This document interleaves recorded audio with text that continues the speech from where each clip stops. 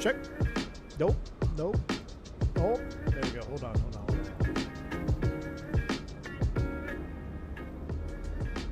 All right, there we go. What is going on, everybody? Welcome back. Round 2 today. Round 2 coming at you live from John Wayne, California, SNA. And yes,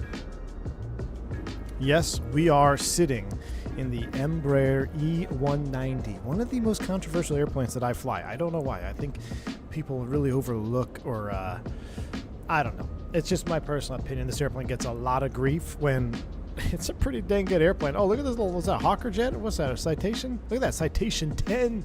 Flight FX Citation 10. Talk to me. When? But there she is, E190, ready to go. This is my first flight with it in 2024. I just did some quick bindings with my throttles and everything. I've got it pretty much working. I haven't flown this in quite some time, so I've got to remember how to do it. I'm actually typed on this airplane. I flew this airplane for quite a while. Flew it at the regional level, and I flew some charter and contract work on the E190 as well.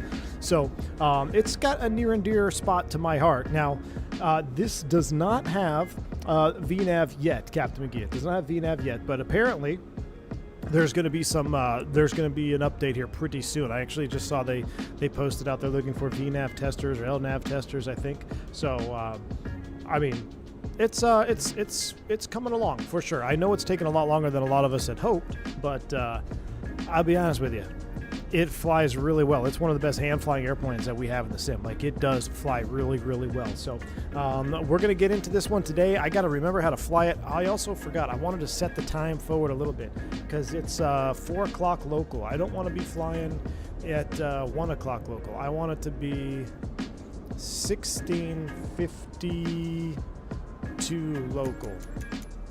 There we go. I want it to be local time, Texas time, here in John Wayne. All right, so show off the interior. Oh, I will. So Mr. Dog says it's underrated. I mean, good modeling and cockpit. It's just like $20 per aircraft, $40 for two.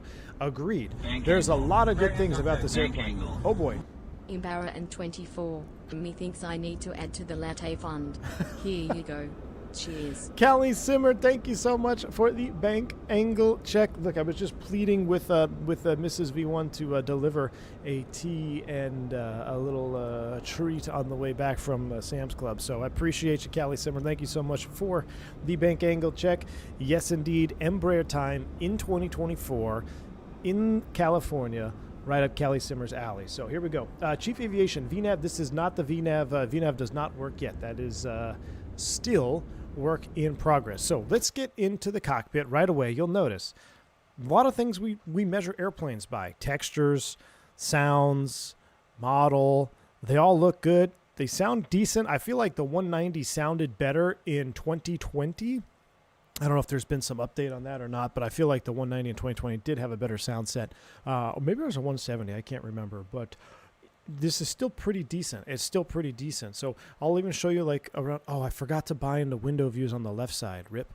Okay, so I got my right windows. Boom, boom, boom.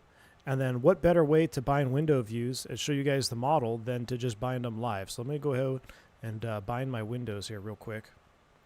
This is how we bind the windows. I'm going to come over here, go this way, and I want just a little bit of glass. We'll save you there, and then go back. Perfect. That's the one I want right there. Left control 7, window view is saved. I'll come back out here. We'll run up the wing view. Give me 2 seconds, chat. We'll get this bound up here, and then we'll get on our way. So we're going to do this wing right about just a tint of glass, a little bit to the left. Zoom out just a tad. E190. Look at that. I mean, that doesn't get you excited. I don't know what will. I think that is a great looking model, great representation of what the E190 actually looks like. Too far forward. Let's come back. Let's do this window. One more right here. And just a little bit of glass. Should we do no glass? Let's do no glass on this one. We'll zoom it in. We'll do no glass on the left side. All right. So look at the detail. Yeah, I mean, I think the detail is there. This is Captain Aviation livery. Is this what he did on the Moxie one? I mean, I think it looks great. So we are back. Ryan, what's up, man? Good to see you. Honestly, this aircraft gets VNAV. The network's going to be flooded with regional pilots. I think so too, man. I really, really do. So let me boot it up. Let me make sure the sounds are up. Guys, I'm going to try my best to remember how to get through this thing. I haven't flown it since the last time we flew it on stream, which was I was still in Georgia. Can I connect the jetway? Yes, we can. No, we can't. Jetway is not connecting. Doors open. So let's just go forward stair, aft stair. Let's go ahead and throw the cones out there. Connect the GPU. Cool. Jet bridge is not working. That's fine. GPU is getting connected up to the overhead. Let's power this aircraft up. Here we go. We're going to go battery 1, battery 2. Overhead switch sounds very good. Hear the fans come on. The cockpit of the 170, 190 is very loud. A lot of fan stuff going on here. So this is true to real life. We'll go ahead and connect the GPU in use. Boot it up here. Do you have the scenery for PVU? I don't have it. I thought I had Vertical Sim Provo. I didn't have it, and I didn't see if it was... I didn't have time to get to go buy it and install it. So default scenery, and also they all, like the SNA, nothing is made for 24 yet. So JJ's trying to... I'm not falling down the trap of JJ. We're just going to do default until we have official sceneries for 2024. Cloudbound, what's going on, man? No, you're not late. Welcome. All right, so overhead flow. You want to talk about simple overhead. This is probably the easiest overhead you're ever going to fly. Lights out, 12 o'clock, right? So GPU's in use. That's why the light's on. Everything is in auto. We don't need the dome light. We can turn on the no smoking, and we'll leave the fasten seatbelt sign off. We'll arm the emergency passenger lights. Everything is in auto right here. Everything is in auto right here. We'll throw the nav light on, and we'll throw the logo light on. Electric pump 3A. We'll turn that on, I believe. And that's it. I think that's it. I literally think that's all you... If I got to remember my procedures, it's been a while. So that's going to go ahead and do its thing. We'll come down here to the route box. We'll go ahead and go to the route menu. Now, I don't think... I had an issue. I think JJ said you have to still put it in manually. So let's go ahead and pull up our... Let's pull up our flight details. So we're going to come here. We're going to import SimBrief flight plan. This is us, Moxie 357, John Wayne to Provo. Now we're going to click on the green check. That's us. We'll click on it again over here. Flight details. This is all of us right here. Let's go to Departure. SNA, we're going to be blasting off of runway 20 right. And we'll do a dry runway, flaps config 3. We'll sync the live weather, and I'm going to go ahead and do a real-time loading process. So time is remaining. We've got 12 minutes. Boarding process has started. So with the boarding process started, we will go to this box over here, and I'm going to see if it'll pull it. I don't think it does, right? Yeah, I think it should be in here. I haven't been able to pull it in 2024. That's not a big deal. We will manually plug our route in. So before we plug in the route, I'm going to leave this on, I forget how I used to do this, a doors page for the captain, and then we would do map page or plan, because we're building, well, we build in plan mode, so we'll build in plan mode, maybe put systems over here, and then do flight control that's doing its P-bit test actually right now, I think. I think it's actually doing a bit test right now. So we'll leave that on, and we'll come over here and we'll load the route up. Mike 85, have a great stream. Can't watch, we'll catch the replay. All right, bud, we'll take it easy, man. All right, let's load in KSNA.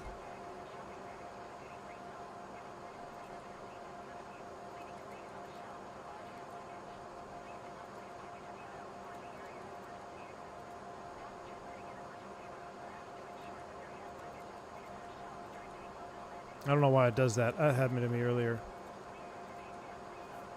All right, SNA Provo, Utah. Here we go. So departures, we're going to select runway 20 right. I'm going to pull up my flight plan over here. Are we listening to a radio?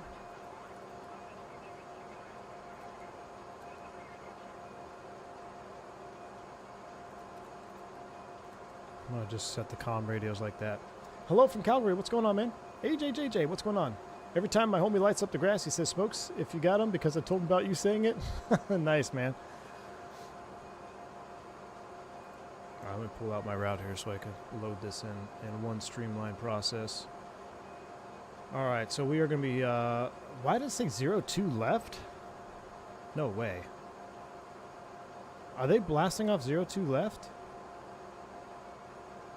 We got to edit that. That's not correct.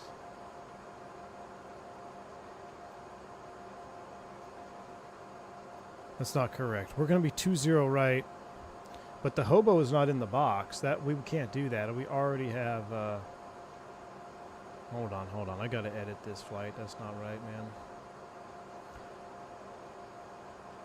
We're going to take the fins 3 to Beale, 20 right. We're going to apply that.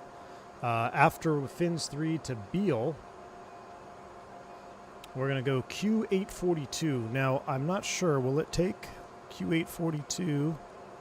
No, it won't take that. So I don't think you can do airways yet. Or at least it won't load them up. But we can load direct to Winen. W-I-N-E-N.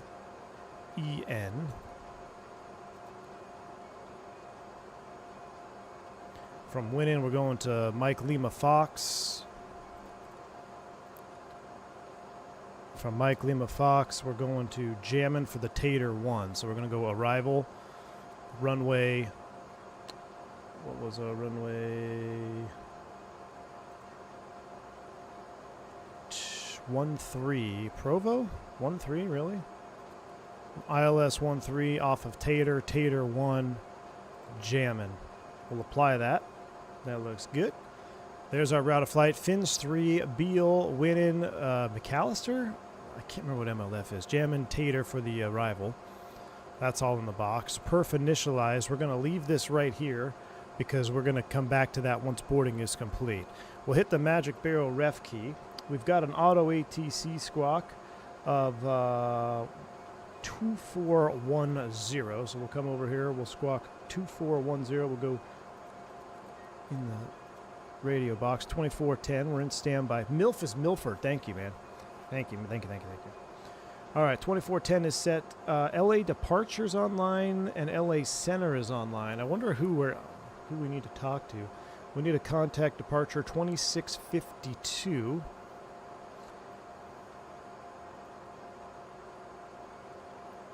So I'm going to load that in column 2. Actually, I'll put that in standby. 2652. I'll flip it around.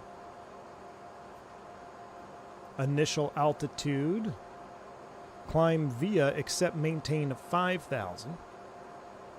This has us on the Hobo 3 though. But the Hobo 3 does not link up to 20 right. Let's double check. Let's go to, I didn't mean to go to settings. Homepage, charts. Let's load in John Wayne. Look at the SIDS here.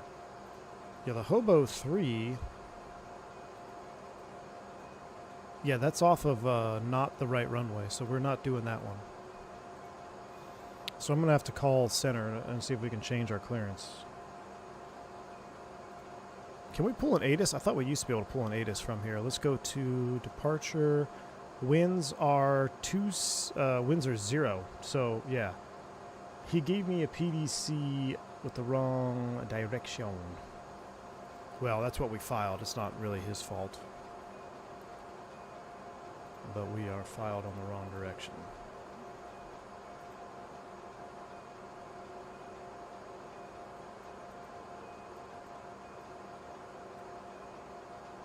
I gotta figure out who am I gonna talk to out of here.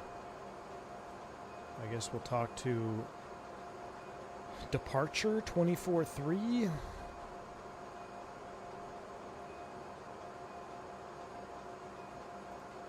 Let's talk to departure 24-3. We'll tune that in column 1. Yeah, sir. It's my problem. I don't have a VFR map with me right now, so I can't see any of the Bravos and stuff. Yeah, so November 751 Lima uniform, another controller would have walloped you down if you had busted the Bravos, to be careful.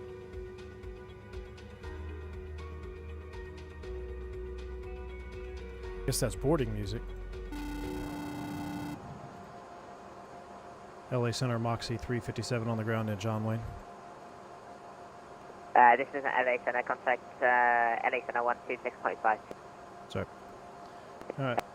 So we'll tune 34026 center miles instead east of of departure. Makes no Southwest sense. 2866 LA Center, radar contact, descend Rockstar for arrival, runway Rockstar, he must be going to Vegas. Altimeter 2983. Say Rockstar 3 arrival and 26 left, Southwest 2866. LA Center, Moxie 357. Oxy 357, LA Center, go ahead. Hey, how's it going? We got a PDC on the ground in John Wayne. You got us going off the Hobo, which is going east. Do you want that departure, or do you want us on the going like 20 right? Moxie 357, yeah, I think I sent that in the midst of like 17 other PDCs. I didn't actually take a look at it. Stand by, give me 2 seconds here. Let me see if I can find something better for you. Roger that, thanks.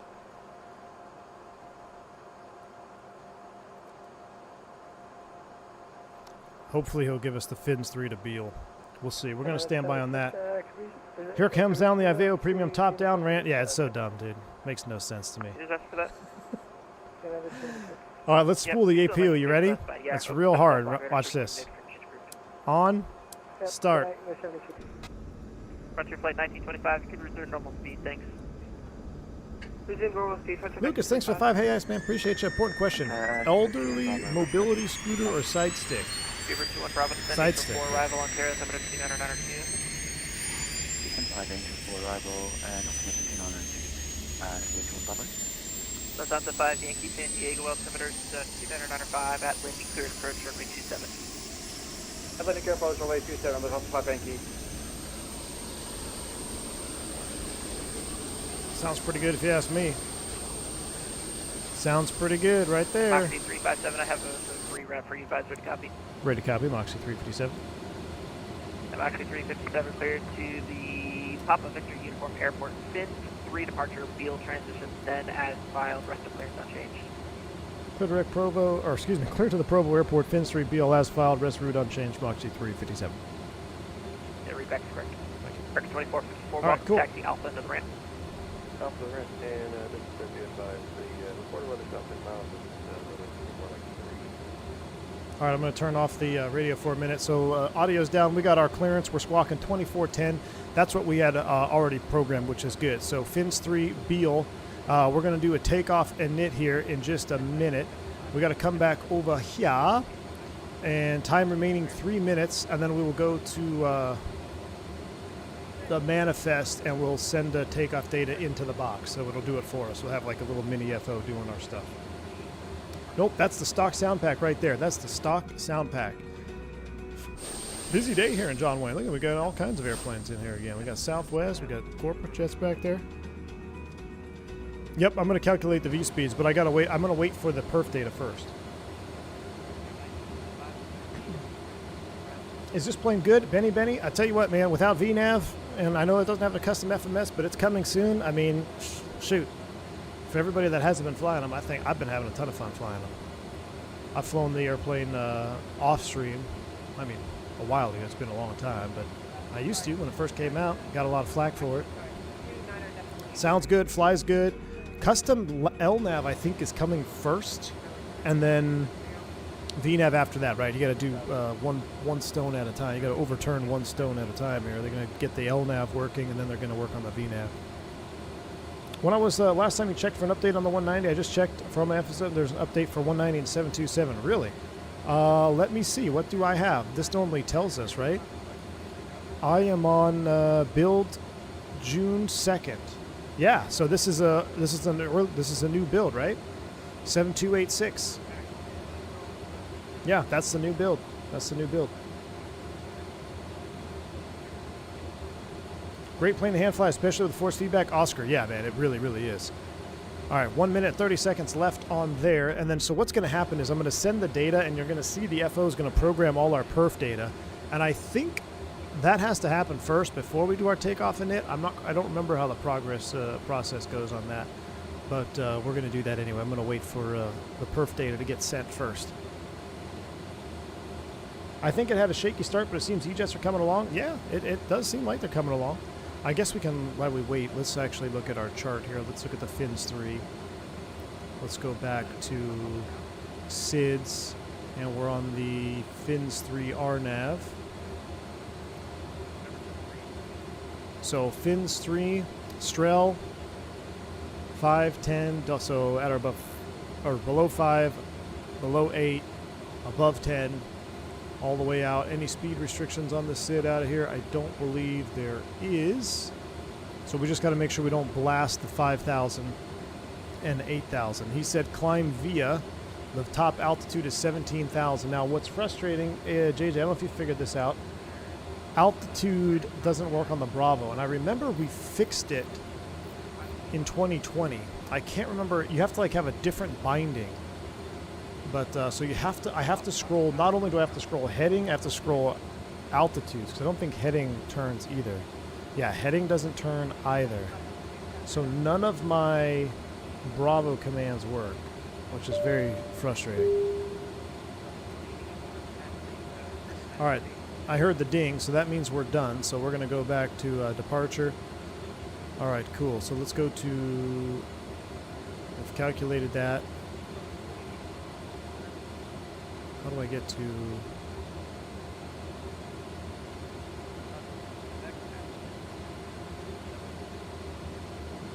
there we go. Now we go to the manifest. All right, let's verify. So we're going to send this to the McDo. 1923.43. Now watch. You're going to see the perf in it is being calculated over here by the FO. If you watch the right-hand side of the box, or the right box rather, he's going and he's initializing everything for us here. Billy B16, what's going on, my man? How's this bird now? I mean, well, we're about to find out together. So far, so good. I did one quick little test flight just before the last stream, or just after the last stream. Everything worked okay. I have to remember how to fly it. Can you bind the TCS button?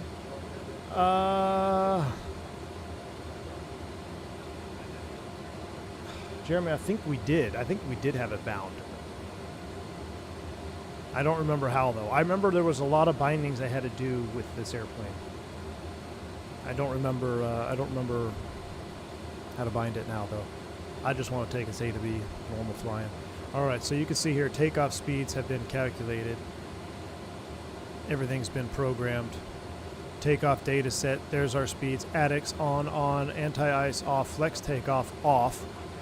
If you were flexing, you'd set your flex temp right there at 15C. You can cross-ref the speeds, 19, 23, 31, 84. Those all are checked out. So I'm going to put you back to flight plan. We're going to put you back onto radio. And the tea has been delivered. Give me 1 second, chat. Stand by.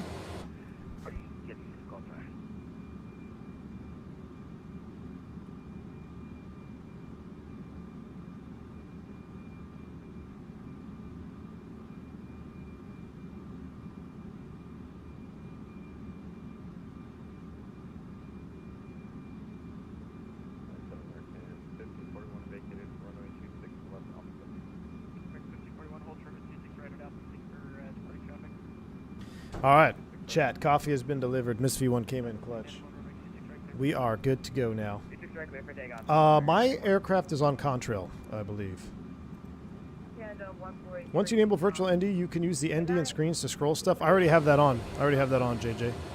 I've got that on. Oh, I forgot. You mean for like this? For this. My ND has it. But my PFD, yeah, my PFD, there we go. Yep. Thanks, AJ. Or JJ. AJ. All right, cool. We're going to go back to map mode. We're zoomed in. Watch, I'll use my ND. We're zoomed in. As far as map settings, we'll put weather on there right now. Weather, terrain. We'll throw weather on there, I guess, if there's any weather situation happening. Speeds are set. Pitch trim for takeoff. Do you guys remember what it was? Pitch trim 0.6.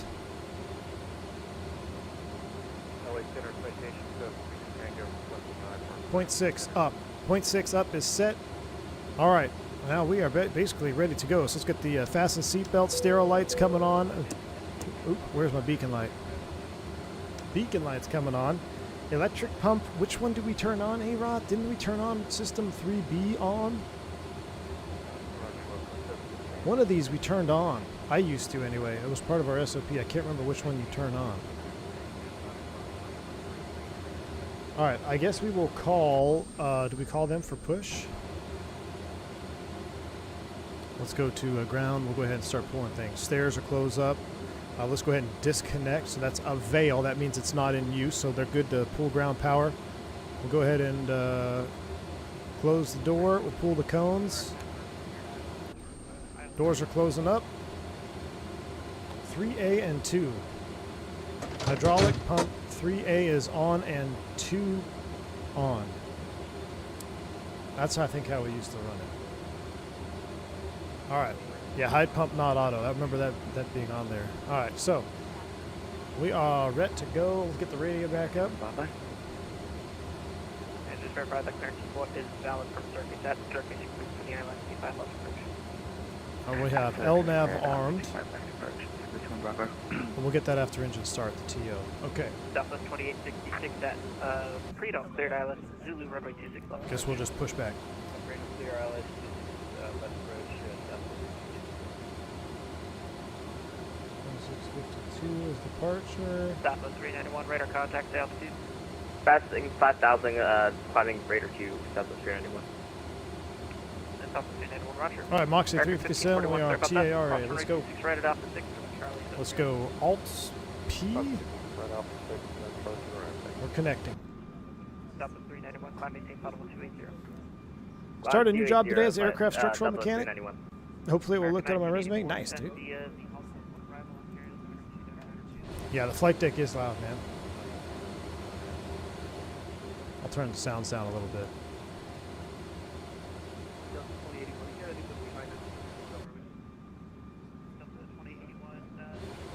All right, cockpit to ground. Brakes released, clear to push.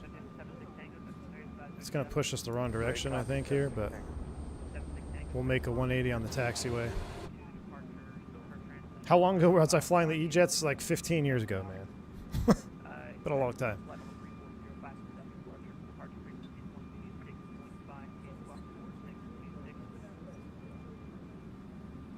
Okay, departure via the SED to Long Beach, climb maintain. Yeah, those it looks pretty dark out there, doesn't it? 340, 5 extra departure frequency is yours, 146.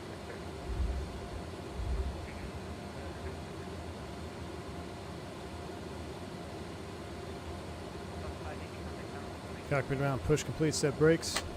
Brakes set, clear disconnect. Show me a pin out front. We're going to go ahead and start engine 2.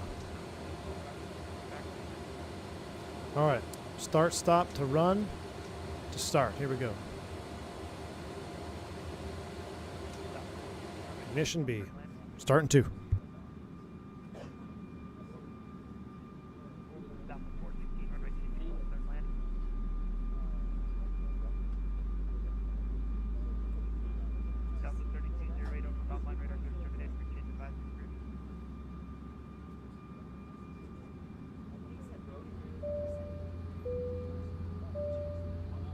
I love that wing model, man. Wing model looks great. Attention as the cabin crew demonstrates the safety features of this aircraft.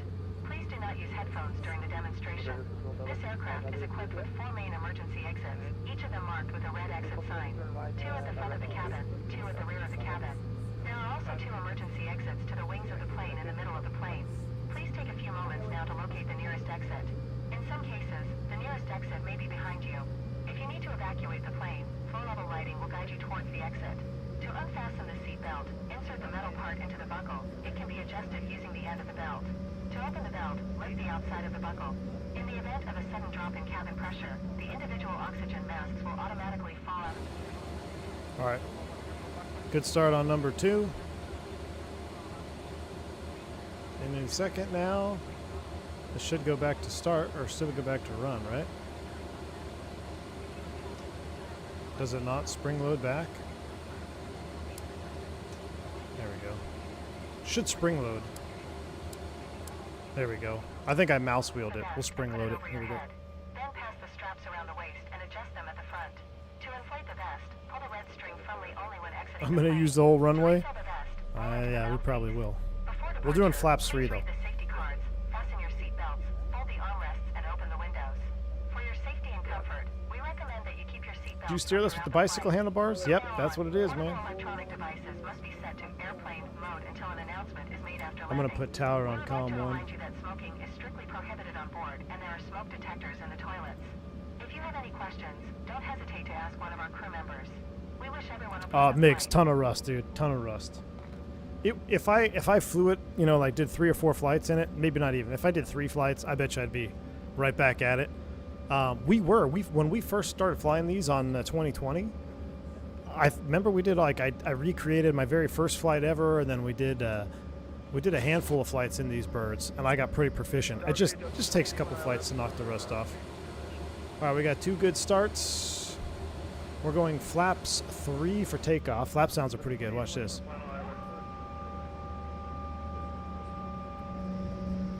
I like those. Electric jet. Flight controls. We'll check those here in a minute from the flight control page. So it's almost like a low FPS flap extension. It's not the sim. You see it's smooth? It's almost like a low FPS flap extension, but the model is fantastic though. Are you typed on the 190? Yes, I am. Yes, I am. All right, now let's do a flight control check. So looking over here, we're filling the green boxes. We got to fill all those green boxes. That's interesting.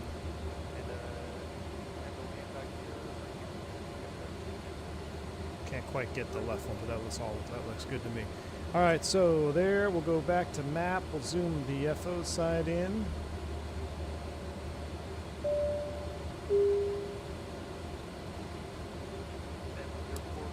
Auto APU's coming off. After start checklist. And we are ready to go. Flaps 3 on the speeds. All right, let's give him a call. All right, type for Cub. We got TO.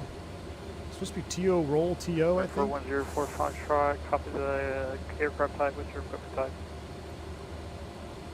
They might want 04 Fox.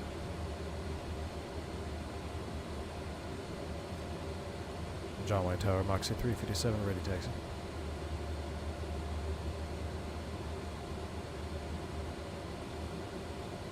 Moxie 357. John White Tower. What runway were you given? 20 right on the fins 3.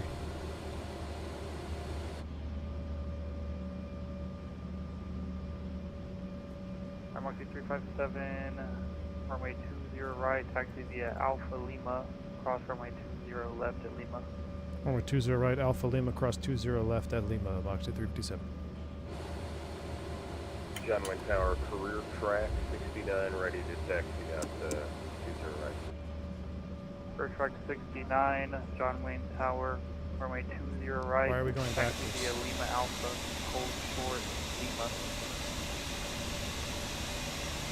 Taxi via Lima Alpha, hold short, Lima, career track 69. That's weird. I think the tug was still like semi-connected. That's just the default tug bug right there. I think that's why the tug disconnected. 81 going to gate 18. No, the tug just pushed off. Taxi via Alpha Juliet, cross runway 20 left at Still better than GSX. Short, runway 20 right. Taxi 20 right, Alpha Juliet, crossing 20 left, holding short of 20 right. I don't want to arm the auto throttle just yet. There we go. There's our roll TO. 2081 going to gate 18. Yeah, you don't want to arm the auto throttle. We never armed it until we were taking the runway. Hold short hotel for now. Alpha hold short of hotel, that's 20. Because you could inadvertently go up into Toga. Tower 4104. We've got a career track emoji. That's the ATP. Equipment. Oh, look at that America West right there. A 7.5. That's awesome. Go to 2013. Squawk mode altitude. All right, we're gonna spin our heading bug around. Well, I guess we'll heading sync it. We are clear to cross 20 left. 13 squawk. Clear left. Clear to cross. Clear right. Clear to cross. 6774. That's 2050. V1. Now on departure, Here, John Wayne Tower, Southwest 1464. we got to make sure we don't. The LNAV bar does a little funky thing. Taxi So just Alpha Juliet. keep an eye on that. Cross runway 20 All right, hold left. short 20 right. For runway 20 right. Alpha Juliet cross. Bank angle. Bank angle. Hey Cap, are you going to adhere to the strict So the noise 2081 abatement is taking going off to out of terminal, John Way at and the, warn your packs on the rocket ship take off like they do in real life? Lol Kelly FKA is Simmer. watching. 357, Oh. runway 20 right, clear for takeoff. 20 right, clear for takeoff, Moxie 337. Callie Simmer, thank you so much for the bank angle check. Yeah, noise abatement procedure, probably not, because I don't remember how to do it. I don't remember how to do it in the climb 1, takeoff data set. I don't remember how to adjust the thrust reduction altitude in the Embraer. So no, we're not going to do it on this one. I had 40 minutes to prepare for this flight. We're still going to do a, we're doing a max takeoff TO1 static flaps 3, so we'll do our best.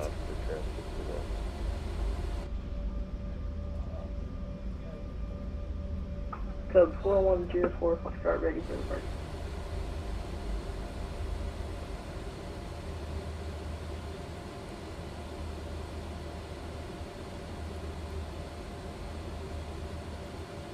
$2,500 thrust 54. That's in perf. Is it in perf? Perf. Takeoff.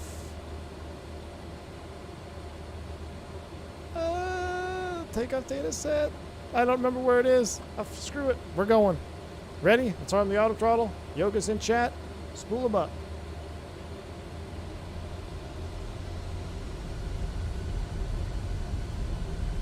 You see TO captured. That's the auto throttle. TO Addix 1. Here we go. Yoga's in chat. We're rolling. 4104, Foxtrot, runway 20 right, line up and wait, caution To your right, line up and wait, caution and Throttle hold. Delta 2013 heavy, runway, cross runway 0 right, We want rotate. Crossing 20 left at you. I love that sound. Hero. Track. Fly with. Moxie 357, contact LA Center 26.5 yield. 2652. Good day, Moxie 357. 0.65 PSA 91 heavy. Southwest 3154, Albuquerque Center's offline radar system terminated for change group. All right. Speed on elevator. LNAV. Flight level change. Flap 2 coming up. 3154. Alright, date Albuquerque's offline radar system terminated for change group. I'm sorry. Flaps 1.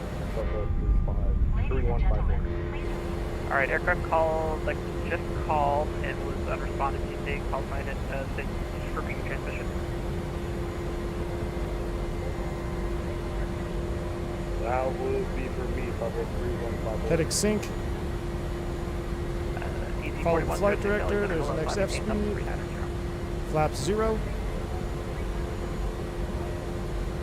Flight departure, Moxie 357, 3000, climb 17 on the Fenix. I think it's blocked. Keeper 21 Bravo, contact LA Tower 120.95. Trim it out. 250 speed bug. We're in FMS speeds. They're working great. All right, so we're LNAV, flight level change. Remember, we got 5,000 restriction at Strel, which we're fine. We're at 4. We're passing that. 2866, yep, sorry about that. Speed your discretion now. Runway I'm hoping it gives us a climb and maintain, or else we got to be ready to level at 8,000. I'll try my best here. Keep flying the SID. 654, turn left, Okay, so heading busy. 290, and up the runway 26 left localizer. Oh, that looks amazing. 26 left localizer. Departure Moxie 357, 5,500, climb to the Fins 3. Moxie 357, LA Center, climb maintain, final 390. Climb, maintain, flight level 390, Moxie 357. All right, that makes our life easy. 390 is set. We're flight level change, speed on elevator. We just fly the LNAV and we are relieved of the restrictions. Oh my goodness, look at that. Man, there is some clouds. We got some, what you call it, Cal? June gloom? Look, hit chat. Yeah, if you want an Embraer tutorial, hit the like button. Delta 3951, you on frequency? Because we can do it. This airplane's making me motivated to get back in the Embraer. This is real life, Diabetic Lad. Look at that. That is real life, my friend. That is real life. And this airplane hand fly is so good. I've said, I mean, so good. 738, Los Angeles Center, hello. Look at that beautiful wing. I think the LA wing Center, flex is a 7 little Charlie warped. Golf, we need a descent now, please. Maybe the right wing is a little warped on wing Number flex. 7 Charlie Golf, Oh, descent there's 85, 10,000 feet. Burbank, altimeter 2994. Trim it down a little bit. Let's get our lights. LA Center 76 Tango, holding short, 172. We'll also get the sterile. Here's 76 Tango, runway 17 right, clear for takeoff, wind 140, 270 knots now. 17 right, clear for takeoff, 76 Tango. Yeah, it almost looks like we have some negative wing flex there. I don't know what's going on with the right wing. 10 miles, That seems to be an issue for a lot of devs in 2024. field is not in sight. Oh, look, we got some weather radar out. Look at that, that's a weather radar picking up some weather, too. 1925, Roger. It looks like it's pretty low, but hopefully it'll work out. Wind 140, 12, guest Looks like you're pretty low. 26 left, clear to land. Clear to land, 26 left, thank you. This June gloom has concerning vertical development. 1554. I love it, though. 314320 with you. Delta 5054, Los Angeles Center, radar contact. Cactus. Delta 53 at circuit cleared ILS, survey 2 from bridge. We get ready to turn the autopilot on here so we can focus more on the outside views. Delta 3951 with you, flight number 20. Delta 3951, Los Angeles Center, radar contact, descent, Hollywood 1, arrival, Ontario, altimeter is 29902.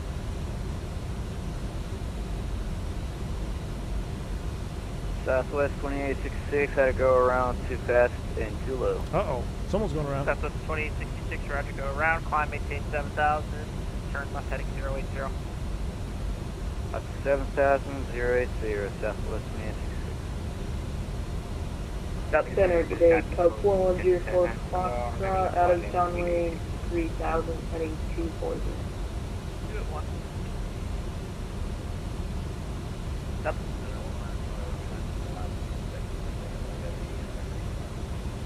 Get it synced up here out of the turn.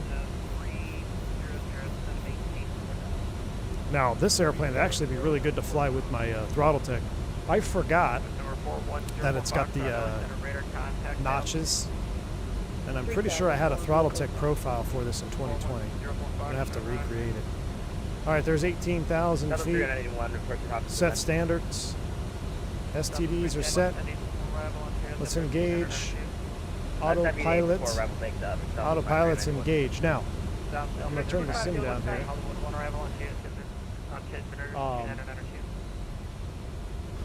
You'll notice there's no lights here on the FMGCP flight mode guidance panel. That is how the real airplane is. So you can enable these, but they're not. That's not how we ran them. I don't know if there's like certain airplanes out there that had software where this did light up, but no lights here is how it's supposed to be. It's forcing you to focus on your FMA, your flight mode enunciator right here. This is your life. You will live and die by the FMA in this airplane. Anytime you think you have a problem in this aircraft, you need to bring your eyes right here to the flight mode enunciator. Runway 26 left. 1925, runway 26 left, turn land. Goodness, look at those clouds. American 2654, speed your discretion. Dude, I know, I'm getting ready to just disconnect, man. Freaking SoCal ATC is insane. Insanity right now, Biggs. Can't even think. Charlie Romeo to maintain 3000. YouTube's lag on your side, Benny? 119 Charlie Romeo, let's do this turn left heading 270. I think it's just on your side. I feel like it could be, I feel like it's a little heavy on, it's definitely heavier on perf, the 190. But, I mean, these clouds are freaking, look at that. I'm flying from your home airport, SNA Aviation? Who would have thought? 23.8, we're climbing up to 390. Also would normally give an attended call like that, let them know we were out of 10,000 feet, but the steril's off, dome light's off. Nothing to do on the overhead because it's an electric jet. It's all automatic from here, chat. Sit back, relax, enjoy the flight, and that's that. Yeah, Thrust said I'm aware of the noise reduction. I just don't remember how to set it up in this airplane.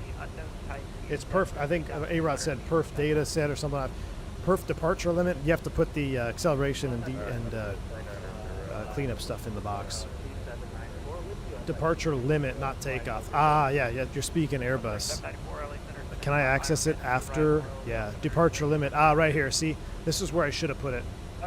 I should have set this at takeoff, but it's all right. I mean, virtual noise sensors bite me. But yeah, it looks like there is a wing flex. This doesn't seem to be flexing, right? Where this one does. 15,000, 76 Tango. And sounds are okay. I feel like they were better in 2020. I feel like the sounds are better in 2020. But they're not bad. There's some really good sounds. Like the cockpit sounds are good. I might end up having a disconnect here because I wonder. 76 Tango, I don't know what's going on. I can't get a hold of your track. Do me a favor, try to disconnect and reconnect. I don't know what's going on. How much traffic Will be we got 76 here. Tango, 18,000 for 340. 76 Tango, is my missing tunnel 340. 340. Is it fully compatible? No, not yet, Benny. Not yet. I can tell you though that it's compatible enough. I mean, I didn't do anything special. I literally just installed it and got it running. A couple things that weren't compatible was loading of the flight plan from SimBrief. You have to manually import your flight plan. I think that's it, right? Is that the only thing that is 2024 bug? Oh, departure and arrival. Sometimes I feel like I have to put the departure, I have to put the arrival airport in first, and then I can put the departure. I don't know. That seems like a small little FMS bug, but I'm not too concerned with FMS bugs right now because the entire FMS is being reworked. So, in my opinion, I feel like that's a good time. Let's get in and learn the airplane, get familiar with flying it again. That way, when the FMS has its custom LNAV and custom VNAV, then it'll be even better. Acceleration height is still 1,000. No need to change anything. Just hand fly V2 up to 3,000 before accelerating and cleaning up is all. Yeah, but this, if I don't change it in the box, it will automatically go to flight level change on me. And we actually need to go to flights. We actually go flight level change 1060, and then what is it? No, it's 860 and 3060, something like that. I think it was 2,500 speed up, clean up, but don't exceed 210 until 54, if I recall. Yeah, it's different per airplane. It's like A-Rot's on it. He flew the E190 out of John Wayne. I never flew the 190 out of John Wayne, but I do remember doing takeoff stuff. It's just been forever. We also turn off auto throttle and set 78. Oh, really? Interesting. See that, A-Rot, that's pretty cool. I would want to know that. I want to go over that procedure and then do it again properly. I think that'd be pretty cool. Is that for noise then? So you bring back the thrust 78? I left 24 right for some turn on the way. 210, 2,500, and then 5,400. I got you. If Goofy says, until the new FMS comes out, it doesn't like changing waypoints or doing directs inside the star. Yes, I remember that was same thing in 2020. So if you're on an arrival and you get a direct to, I think it messes up the next waypoint, right? Or it deletes the waypoint. Was that the thing? Was that what happens? Number 9, Charlie Romeo. But I remember flying this airplane on that sim right through the middle of through the network. Not through the network, through an event like on the East Coast. We did everything just fine. You just manually calculate your descent like you would in a 727. But I mean, the way it hand flies is so great. I love the way it hand flies. 1087, flight level 310, 11 miles northwest of Fletcher intersection. Maybe when we get climbed out here away from LA, maybe we get a little bit of perf. It did seem a little heavy down there. It's heavier on perf. It's one of the heavier airplanes I have. That is on the performance. I own this on 2020. How do I get it to work in 24? Jack, I installed it via Contrail. I just I went to my Contrail, installed it via Contrail into my 2024 community folder.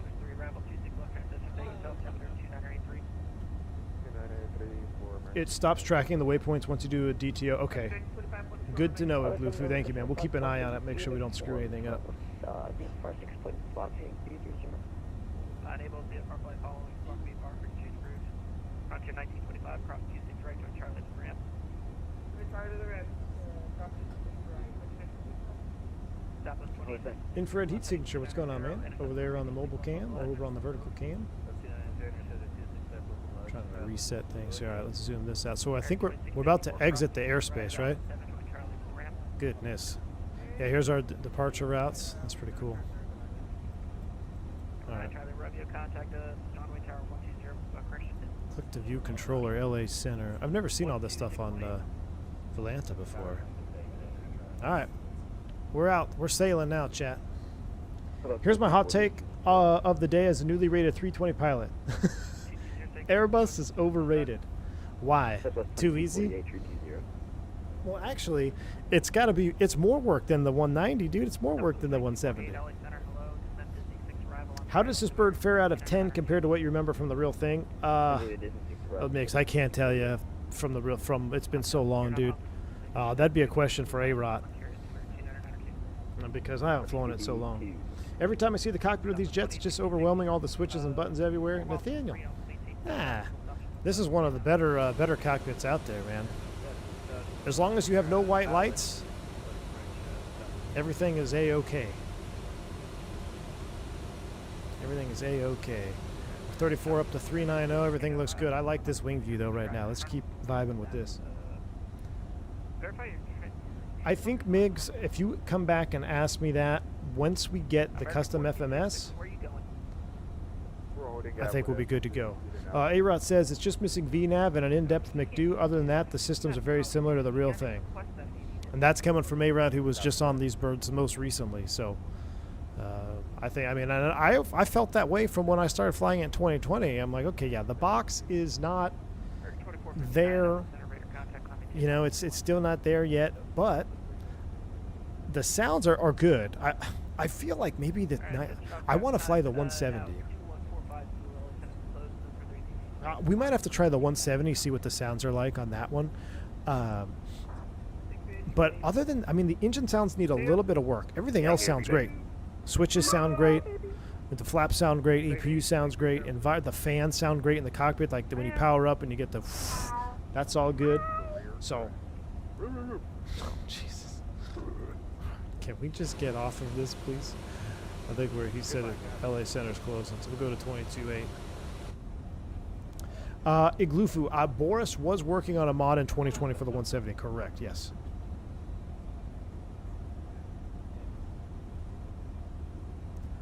When I went through their code, I was impressed at how much system stuff were actually coded. It's just you never see that unless you're looking at the synoptic pages and playing around with it. Very true. And I remember, Migs, the first time that I kind of was playing around with it is when I had my 170 manuals up, and I was messing with the flight control and how you do the power up P-bit, and you can watch it go through its test. That's all coded. It's got proper coding here on the synoptic pages when you turn stuff on. Like, let's see, there's pressure, that's high. Let's go back up here, hydraulic. We go system 1 on. And you can see high pump, not auto. We got the proper pressurization shown there on the synoptic page, so that's all working. All this stuff works and functions like it should. Gamer says, do what I heard one guy do on guard one day. I'm a Delta captain. You will cease playing around on guard. This instance was reported to the FAA. Yeah, I've heard that too. I've heard that too. All right, let's go back to map mode. We'll just turn weather radar off. We don't need any of that. 36.9 for 390. We're cruising out at 7.3 Mach. We're looking good. I maintain 190s. The sounds are spot on. All right. Well, shoot, then maybe there's better than I thought. If you turn off 3A, 3B should take over. Let's take a look. Let's do a little systems test. So let's come over here. We'll go hydraulics. And so A-Rot says if you turn off 3A, 3B should take over if it's in auto mode in flight. So system 3A off. And look, system 3B has picked up the load because it's in auto. So even that's working.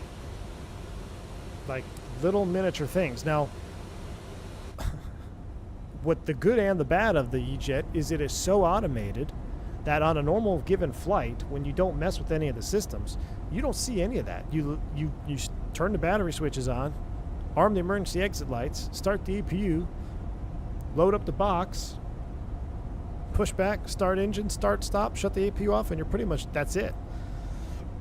And if you think it's not, if you think it's automated now, just wait until VNAV is implemented.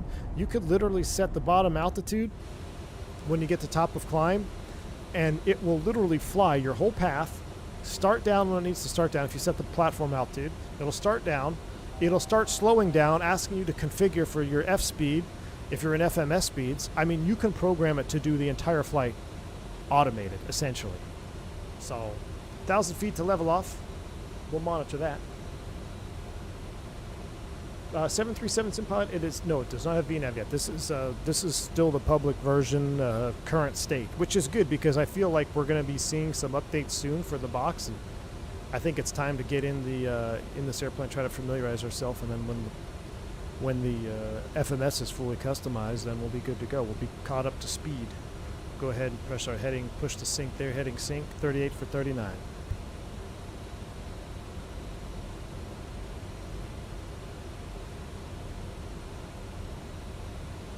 Yeah, the vertical direct to, I miss doing the vertical direct to. You can't do that in an Airbus. So programming a vertical direct to is good. It's gonna be cool, but it's gonna be extremely boring. That's just how it is for 170, 190 flying.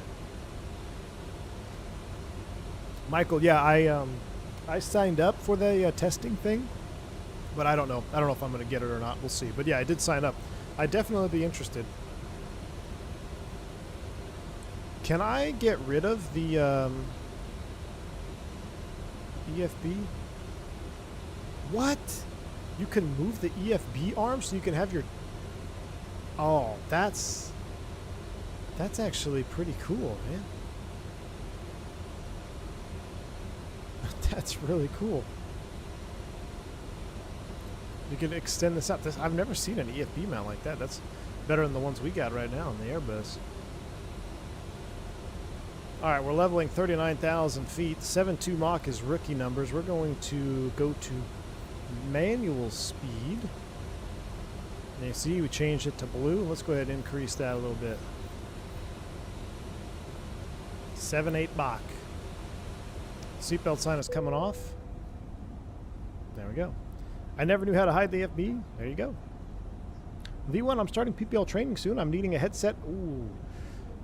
Nachos, the only one that it's expensive, but the method is you buy once, cry once. Get the Bose A20s if you're in a prop. Just do it. It's $1,000. You're gonna cry, but you're only gonna cry one time. If it breaks, they got good support. I know guys do the Clarity Aloft, they do the Dave Clarks, they do this, they do that, they TSO these and that.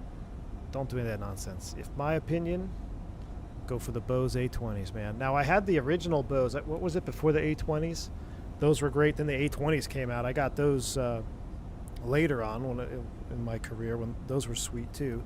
They were lighter, were everything that the other ones were, but A20s were the best. And then after that, when I got on the Airbus, up until I didn't use any headset on the Airbus up until 3 years ago. I got convinced to get the Bose Pro Flights. And the Pro Flight for airline guys is chef's kiss. Hey, Rod, do you have the Pro Flights? You got to get the Pro Flights, dude. They come with 3 little earplugs, and it will allow you to size the little earpiece. It's great. Sean, good to see you over there, man. Sorry it took a minute. I forgot I had the other chat box up on the vertical cam. Flying a 7.9-ton Neo, so that's good. Very cool. Got a long day ahead. Lots of monsoons. Jeez. Early morning from India. Checking in on my way for a layover. Wishing you a very good evening. Sean, well, thank you, man. So sorry I missed your chats over there. I have separate 2 chat boxes I got to keep an eye on. But enjoy the layover. Hope you get some good rest, man. No one uses headsets under 10K here, so I don't even want to get the Pro Flights. Well, so no one uses headsets out of 18 where I'm at. And I used A-Rod. I used the Telex. Dude, I'm telling you, man, just do it.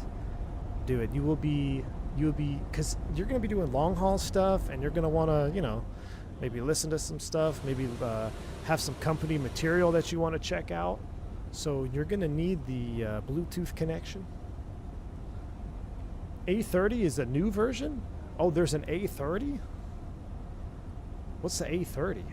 What was before the A20s? I had the original like Bose noise canceling ones. They were big, clunky, but they were great. Flew freight in those. Those were awesome. Then the A20s came out, and now I guess there's A30s. I don't know what the A30s look like. You have the A20s now. ProFlight isn't worth it. It is. I promise you, A-Rot, from someone who has the A20s and the ProFlight, I promise you it's worth it. You could probably sell your A20s, dude. Just sell your A20s and get the ProFlight. Yeah, the Aviation X. Aviation X, there you go. But the ProFlight headset is the best decision I ever made. Can you still hear the engines with them on? As long as you don't turn them all the way up, Tender Aviation. So my little method that I have for noise canceling, it depends on which airplane I'm in. So if I'm in a well, I feel like we got a vertical. What kind of line we got going? We got issues. We have the wrong fix here. After winning, we have the wrong MLF, chat. Stand by. What we got going on here?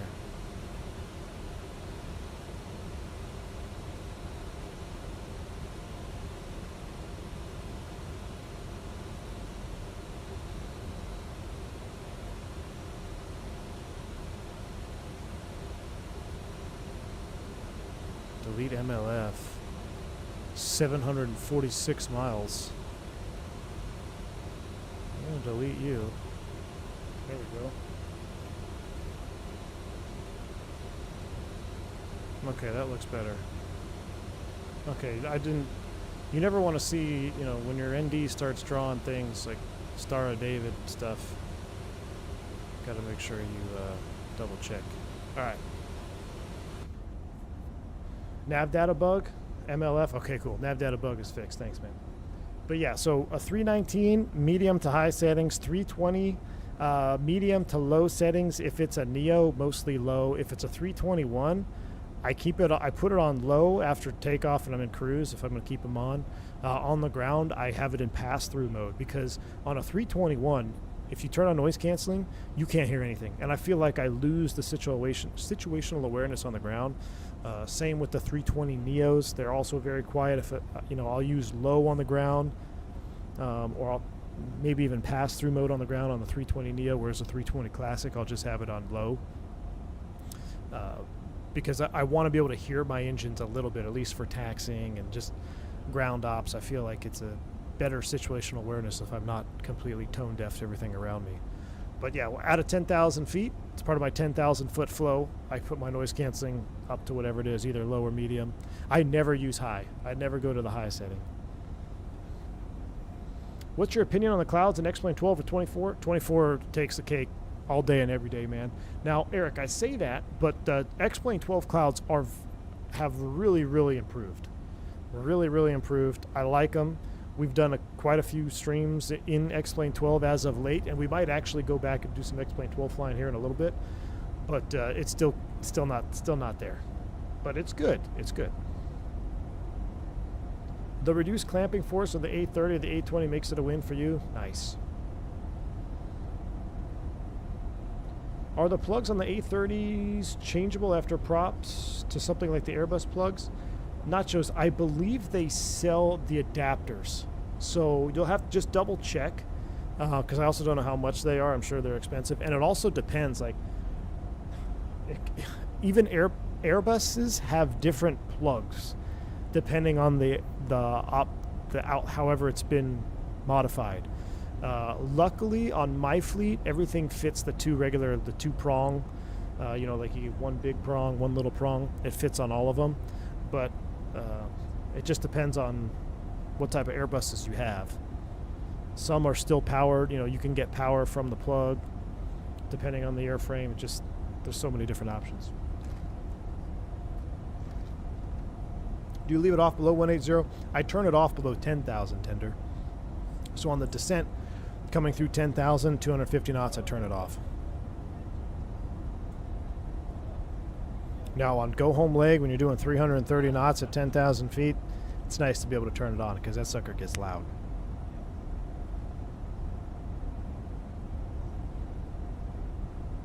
You can change the entire boom out and get different plug type. I did that on the A320. Took off the boom, plug and play, boom XLR, and have 2 plug adapter. There you go, nice. Breeze put in white colored seats. All right, who wants to see a cabin tour? Let's take a look. We shall leave the flight deck. Looks like our cockpit door is open already. Okay, cool.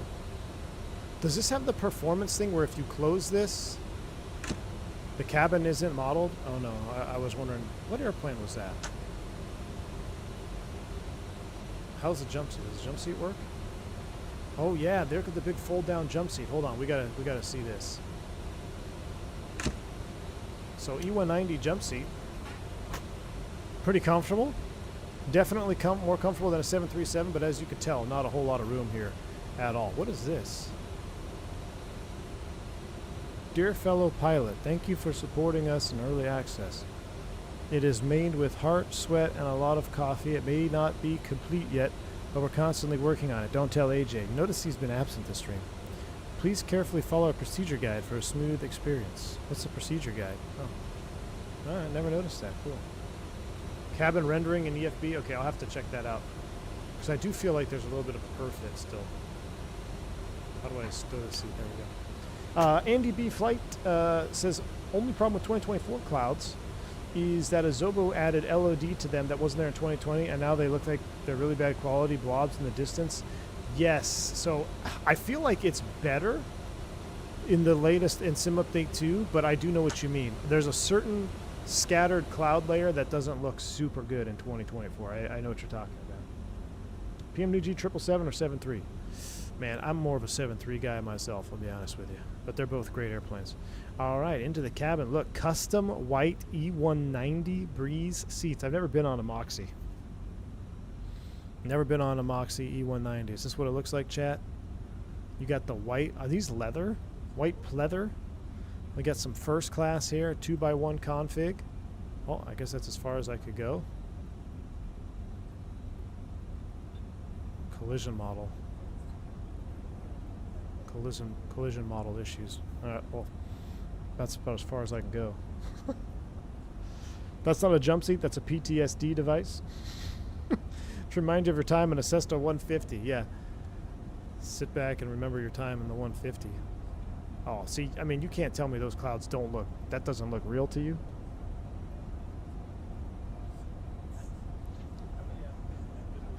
As someone who always wanted to get into commercial aviation, what do you recommend the best way to do that?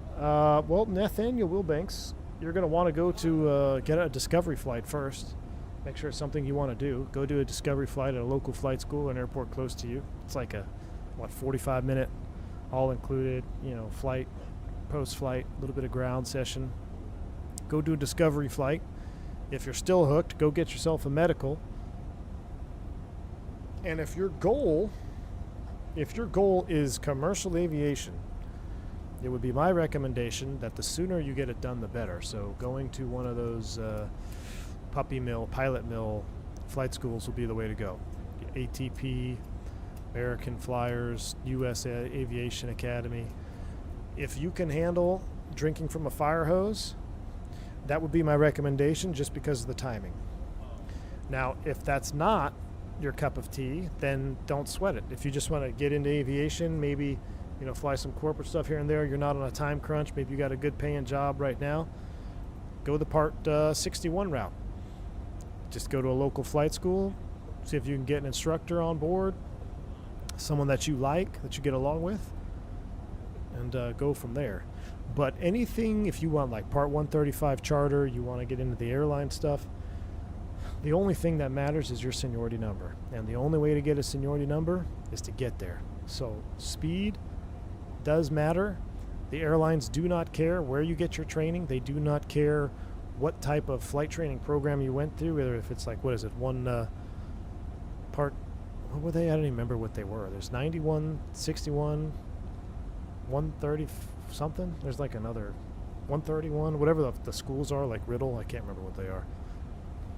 You'll never be asked. 61 and 141. That's what it is. Thank you, T-Mac. Part 61, Part 141. Don't let, some guys will tell you, the airlines, they want to see you at a 141 flight school. That's not true. They don't care. Nobody cares. What they care about is your record. They care about, did you pass, fail, check rides? What else makes you stand out over the guy next to you, over the other 500 applications next to you?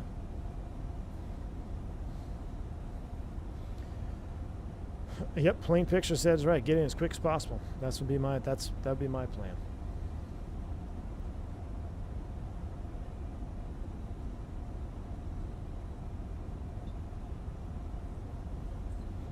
All right. Let's look at some EFB options here real quick. So we have to keep an eye on Provo. We're 238 miles. We're actually not far from our destination. I wanted to go through the settings though. Auto brightness. Let's go to aircraft. See, disable glare shield LEDs. There we go. I just want to turn the cabin light off.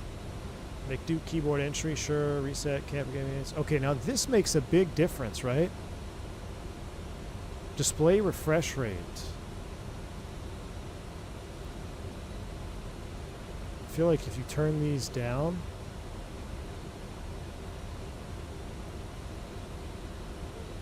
I don't care about McDo 2. Save some frames. EFB, I don't care about the frames on the EFB. You think they're going to be laggy now? Well, see, I don't care about this side. That's why I'm turning these all the way down low, because I don't care about the I'm caring about the first officer side. You can see how many FPS it's taking. Like do 1, ICAS, that all looks good. We'll see how that looks. We'll see if we can visually make a difference. Operator, disable auto brake, no. Use metric, no. Passenger announcements, sure. We're dual class, that's checked. Enable auto, I don't know. Hide cabin, oh. Wheel covers. Disable 25, disable 1000, cabin music. Well, I don't want a HUD. I'm going to turn the HUD off. Oh, calibration is awesome. We'll go over that later on a setup stream if we... Depends. Did we have any likes on the stream? What do we have? Let me go over here and look. Because I don't know if you guys want to see E190, E170 stuff. 180 likes? That's kind of light. We had more likes than the SOP.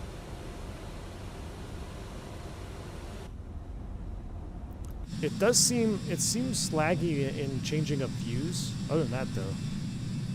That looks amazing.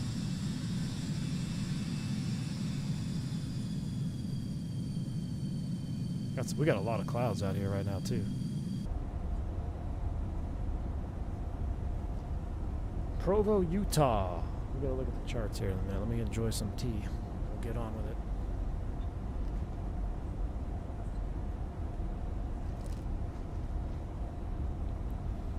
Yeah, Nathaniel, hope it helps, man. If you got more questions, dude, if you join the Discord, we got a lot of guys in there that are much more current in the instructor scene and all that. They can probably give you point you in a better direction. So definitely stop by the Discord if you're interested. And I know we've got everybody in the Discord, from instructors, airline pilots, military pilots, flight students, all the stuff, glider pilots, you name it. We got them in the Discord. What's your opinion on the Windwing Ursa Minor? Oh, Musea Boy? Trying to get closer to the feeling of an actual Airbus. I love the Ursa Minor. I think that is one of the best entry-level sticks you can get. Matter of fact, that is my #1 recommendation, is the Ursa Minor. So, but yeah, it's a great side stick, especially for the price. You can't beat it. You can't beat it for the price, man. So, it's a good stick for sure. Did you ever see the plane spotters out we were flying? Yeah, I do, T-Mac. Matter of fact, I just got turned, I don't know how, but I just started following DFW Live. There's like a DFW Live spotter, and I've seen my departures on there a couple times now. I saw a plane spotter at Ponce. I flew into Ponce one time. There was a bunch of people all lined up. I also saw some plane spotters off the taxiway in... where were we in Colombia? Medellin? Was it Medellin? I think we were in Medellin. Medellin? There was a ton of, I don't know what was going on, if they had a party or what, but we were going down the taxiway, and there was probably 50 people, maybe not 50, maybe 20, 30 people lined up, photos and doing video stuff. So that was cool. I actually cracked the window open and waved. I don't see too many in the U.S. though, you know? And in the U.S., a lot of them are far away. They set up far away and they have super powerful cameras. That's going to be a brilliant plane after the VNAV and staff update. Oh, I agree, Michael. I think when this thing gets its full update, it's going to be one of my favorites. Not only because I've flown it and I'm kind of partial to it. Look at this wing. So here's my hot take for the evening. E190 wing is greater than 737 wing. It's a little bit shorter, but you still have all the flap fairing tracks. You got the little winglet out there. It's like just got this chonky look feeling to it. I love it. I think it looks better than a 737 wing because of its length. I really, really enjoy the 190 wing. Yeah, we're getting some turbulence up here too. Yuri, welcome to Private Pilot, man.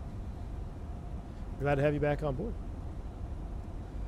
Do airlines care a lot about high school went GPA? I've been never asked. Never asked, Ashton Sweet. Never been asked about a GPA, man. E2 greater than E1. Agreed, Lucas. I love the look. That Embraer E190 E2 looks so sweet. It's a 757 Neo that never was. A mini version. Live streams from Founders Plaza, and I've watched days I've flown in and slammed it into the ground. Yeah. Yep, plane pictures. Yep, that's the guy out there at Founders Plaza. So when I was flying freight at a DFW, my wife, she would come and pick me up at Founders Plaza. And the freight ramp, if you taxi over there, I don't know if it's this way. I haven't been there in a very, very long time. But used to taxi around the UPS ramp. And she would be parked out there and waiting for us to come in at the Founders Plaza. How can I join Discord? Discord. North Star, how's it going, man? Welcome on board over there in Vertical Camp.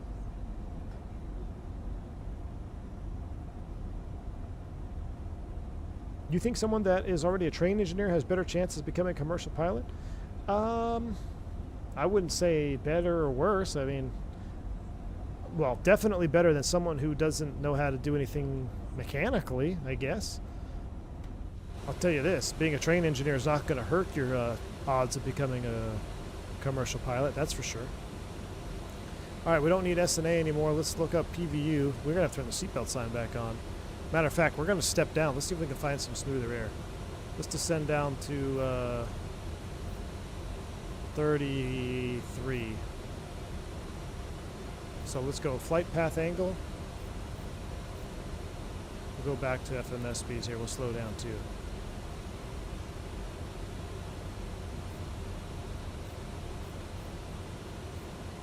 FPA 2 degrees down. I think I'm going to put, I think you're right, PFD 1. Let's run those up. There we go. Provo, Utah, Tater. Tater 1 from Jammin'. We're going there. We got to cross Tater at 11,000. So once we level at 33, we'll do some VNAV planning for Tater at 11. And then we're going to branch off. Let's bring up the second chart of Provo. Let's do it like this. Let's get different tabs open. PVU. We'll do approach ILS 13 into Provo. So Tater, Jucom, Dicot. So actually, yeah, let's go Jammin' Tater. And we don't transition to the right. So from here, from Tater, we continue in. So Tater at 11, that's the mark we need to hit. We'll verify the auto tuning. Does it work in this or not? Let's see, 110.3. Let's come down here to perf, nav, arrival. Let's go landing. Landing initialize. A runway heading, let's just call it 130. Temperature out there, it's probably 25, close enough. We're going to do full flaps, no ice, 23, 28, 43. Those all check out. Nav 1, 117.3. And I'll hard tune it, 110.3, 134. I'll have it in the standby ready to go just in case it doesn't auto-tune nav 1. So we've got 110.3 in standby ready to go. And then we'll set up our final approach course Oh man, I gotta remember how to switch these needles. So there is nav 1, and we need to be 134 on the approach course. Can I move that via the Bravo? I cannot. So we'll use this. We'll spin it around like so.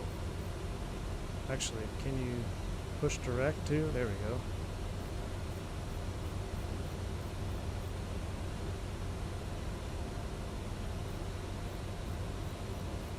Spin this to 134. Is this on VATSIM? It is, North Star. Welcome in, man. 134 course line. We'll go back to our FMS needles. Green needles we're tracking, looking good. Looks like it's smoothed out a little bit here. Yeah, smoothed out a little bit. V1, I got the FSprojects side stick and the Cat 3 tiller. Amazing products. Fabio, fantastic, man. Glad to hear that you're enjoying those, man. That's awesome.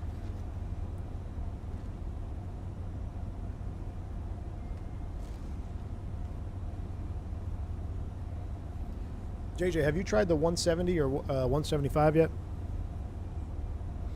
N2, 26 months support, man. Appreciate that. First time catching a live stream in ages due to work being crazy these days.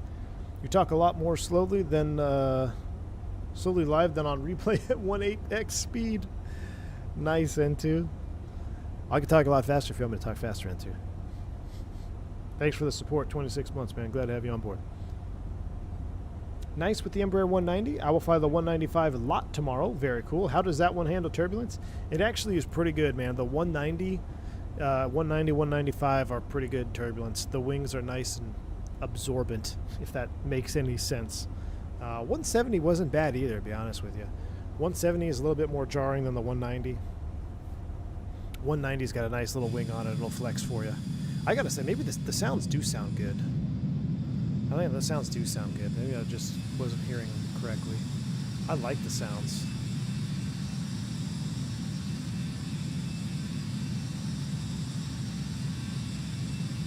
I like the sounds. They do have a freighter version. I do not have the freighter. I do not have the freighter. Is it smart to get a college degree to lower hours? Is it smart to get a college degree to lower hours to airlines or just grind it out?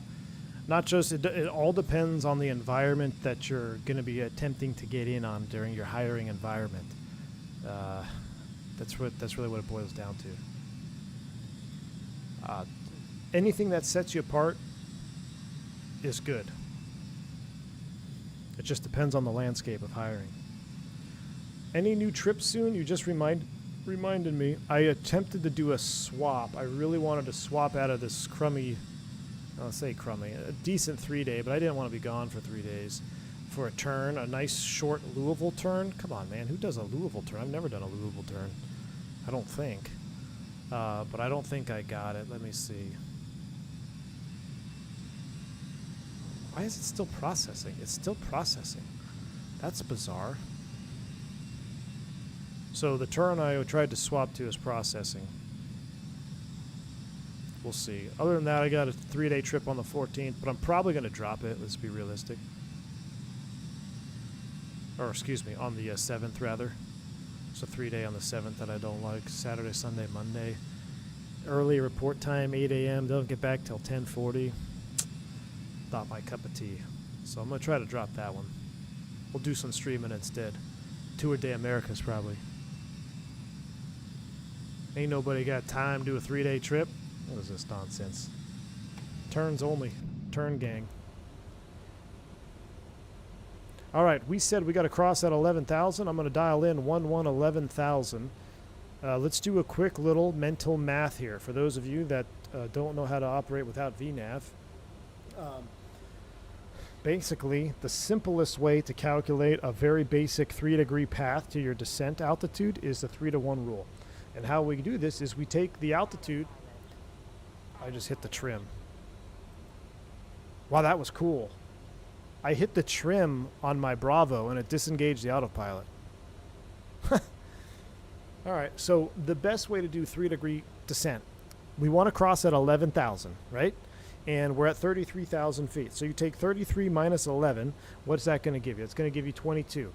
22 times 3 is 66 miles. We times it by 3 because it's a 3-degree path. 66 miles, that's hard math. I like easy numbers, so let's just round it up. Let's say 70 miles. 70 miles from the Tater intersection. If I do a 3-degree descent, I'm actually going to get down, and I'm going to get down on profile, and I won't be fast or high or anything like that. So we're going to see here, Winnin is 23 miles out. From Winnin, Jammin, is this cumulative mileage? 139, 140. If I go progress page, distance to go 161 to Jam. Yeah, so I think we're okay. I think we're okay. I was going to go direct. We have 2 Taters here. I tell you what, let's clean up our box. Let's go direct to the second Tater. Beautiful. We're going direct Tater now. Now, what's nice about the 3-to-1 rule in the 190, you actually have an FPA, or a flight path angle. So you can set the descent to be 3 degrees, which is what we're calculating. So right now, Tater, we get direct to Tater, we're 168 miles. Remember, we rounded it up. We said I like easy numbers, so 70 miles. 70 miles from Tater, we'll start down, and we'll cross it right at 11,000. You guys can back me up on that. I'll resync my heading bug here in the turn. Let's see, is it smooth enough to keep the seatbelt sign off? I think it is. I think we'll be okay. Just a little bit of light chop out there. See the wings working.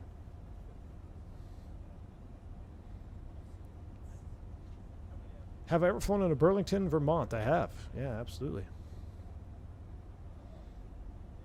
How long into your career can you start doing turns for every flight? Oh man, it just depends, dude. There's so many factors that depends on. It depends on how many turns does your base do, how fast is the seniority list moving.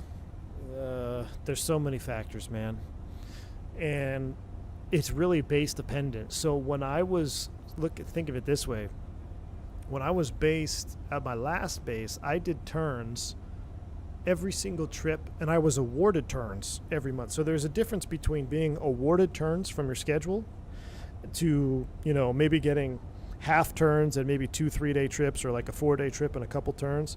So you have to drop that trip and then try to pick up turns. But to be awarded all turns, I was getting that at maybe, what was I think it was like 40% seniority in base. But then when I switch bases, man, yeah, good luck. It's only because now everybody at the top wants those senior turns, or everybody senior wants the turns, whereas that other base, there was a lot of guys at the top that were commuters. They would drive down from Nashville or something like that, so they didn't want to do day trips. So they actually wanted those high credit 3 and 4-day trips. So it works out. It's too hard to predict. It's very dependent on your airline, your base, a couple of different factors. What's the fastest ground speed you had in a 320? I want to say it was like 850. Or maybe 750. Maybe 750? I don't know. We had almost 300 knots on the tail. Might have been 850. Someone do the math. 8.1 Mach with a 300 knot tailwind at 39,000 feet. Who knows? Maybe it was 7. 850 sounds fast. 850 sounds fast. Maybe it was 750.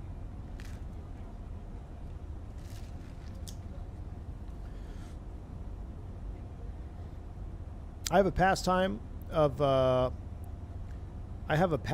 working and developing train simulator stuff and collecting locomotive operating manuals and alike. Oh my God, I have so many rule books. A lot of rule books. Oh, you're talking to Yuri, but yeah.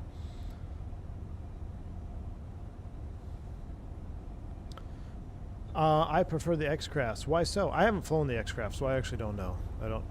But it might be worth a shot. Do the X-Crafts still have dark cockpits or no? Can we fly X-Crafts in X-Plane 12 and have a light cockpit?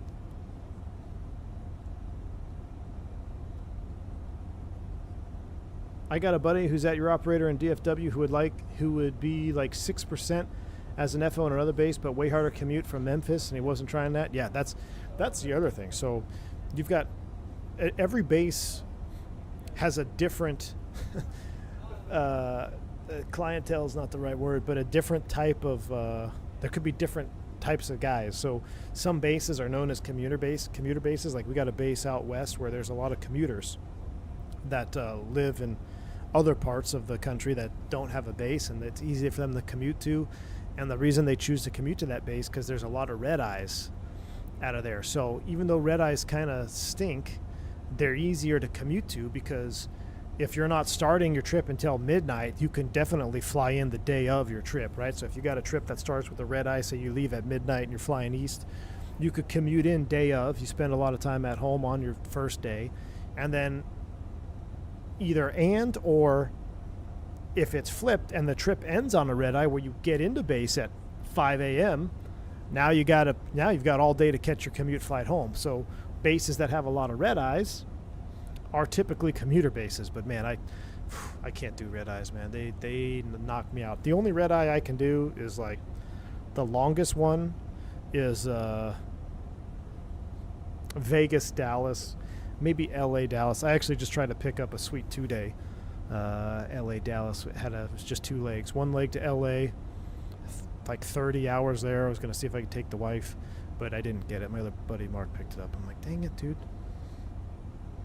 But Vegas, Dallas, like a 2.5-hour red eye is fine. I can squeak that.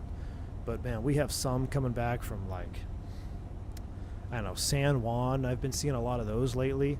And it changes every month too. Like the airline will shift the schedule, they change scheduling, they change how the trips are and how they touch different bases.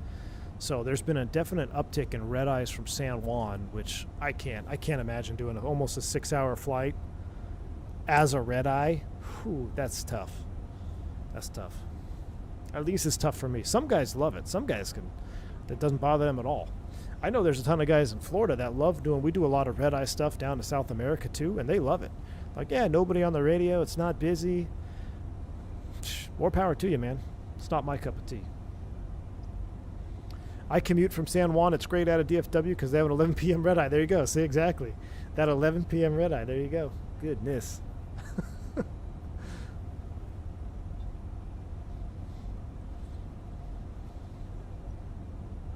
I have both X-Crafts and the FSS. The X-Craft do some things better, and FSS does other things better. For example, the X-Jets doesn't do hold.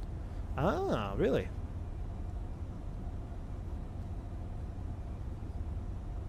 They have some fancy cockpit lighting in the last version of the X-Plane Beta. They also have the Lineage 1000 one. Yeah, that's pretty cool. So, man, I tried looking for this the other day. I'm sure I've lost it. We've moved like 4 times since then. I might have just disconnected the autopilot again. Let's see. No, we're good. All right, we're 117 miles from Tater. We're 30 miles, and we got to start down.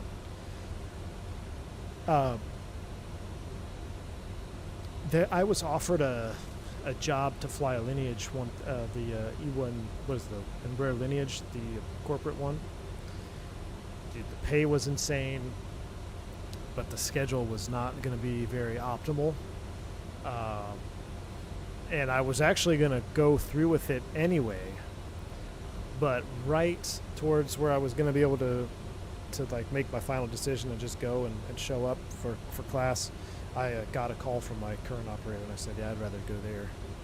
But I met a guy who, there's not very many of the Lineages around. There's not very many of them. So, but yeah, he was, they flew some very impressive clientele. But I also flew some contract stuff in the 190, which was also rare. All white 190s. I mean, there's some cool podcast stuff we could talk about on that. Did a lot of sports charters in the 190. A lot of hotel charters. So there was a Harrah's Casino. My first regional. Matter of fact, the first thing I did was the 190 charter stuff for a hotel for the Harrah's Casinos. So we'd fly people around to Atlantic City, middle of nowhere, Tunica, Mississippi, out to Laughlin. Did I actually fly the 190? Yes, I did, Arthur. It doesn't seem like it today because it's my first flight back in it in a very long time, and I'm just trying to knock the rust off. But if you would like a tutorial, I actually did some in-depth videos. If you just go back, if you search my channel for E170 and E190 stuff, once I got the hang of, once I got refreshed, I actually was at a point where I had my manuals out, and I remember we were going through and I was trying to get my old checklist out, and I'll recreate some of my older flights. But it's been so long since I've flown the real airplane that it's best suited for folks like A-Rut to make a tutorial or something.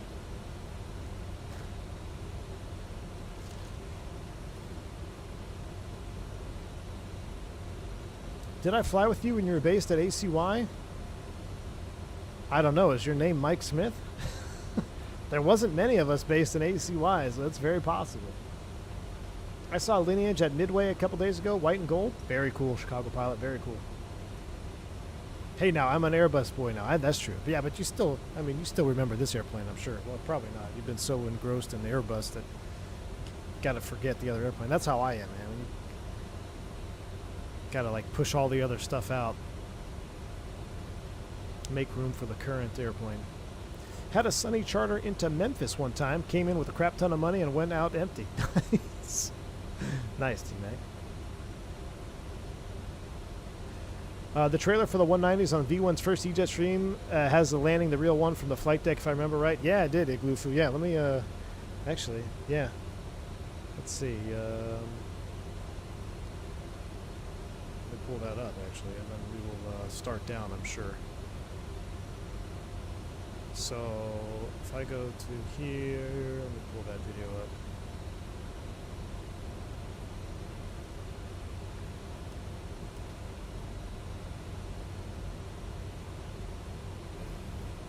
Yeah. Here. I will show y'all this, and then we gotta get cracking.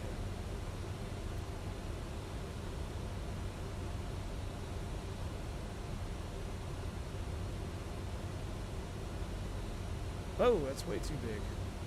A stream on top of a stream, chat. Here, I'm just trying to downsize it a little bit so we can watch it together. So this is a stream I did when we recreated our my first 170 flight. This picture right here of that white 170 in front of DCA, that's the picture that made me change course of path when I was flying freight. I was looking at going back to corporate. My buddy sent me that. I was sitting in the cabin of a Metroliner in Lubbock, Texas. It was like 5 degrees outside, ice and snow and just awful. And he sent me that picture. And me and my buddy next to me were like, man, that's what we signed up to do, right? Isn't that what we wanted to do when we were going through flight training? Not sit in this freaking Metroliner freezing our butts off in Lubbock? Yeah. It wasn't too long after that I applied, and the rest is history. So this is a real shot here out of the simulator. I believe that was during Captain Upgrade. That's a 170 sim there, 2-3 grade. I don't know what sim or what airport it is, but so this was the intro, and then I made a little video with some footage.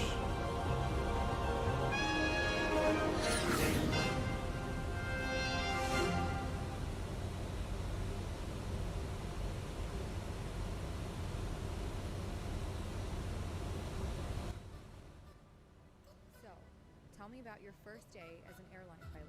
What was that like?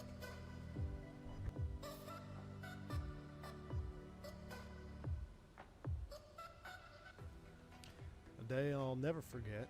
It was a pretty long day. Started early the day before, commuting into Philadelphia on US Airways from Dallas-Fort Worth. Spent the night in the crew room. Following day, I was on a CRJ 200 deadhead from Philly down to Washington Reagan, an airport I'd never been to before. But it has a special spot in my heart. I'll get to that later. Once I did get into the commuter terminal, I had to figure out how to get over to the main gates. Never been to this airport before. Drag all my bags to the snow and ice. Freaking out, trying to get to the gate on time, just to find out when I get there, we're delayed. Could describe your first flight as the pilot of an airliner in one word, what would it be? Surreal.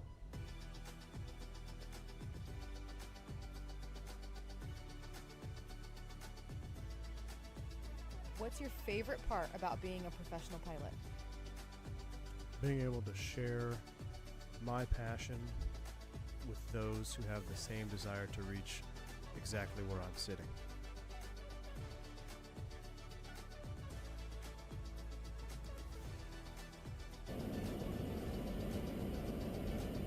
$50, $40, $30, $20, $10.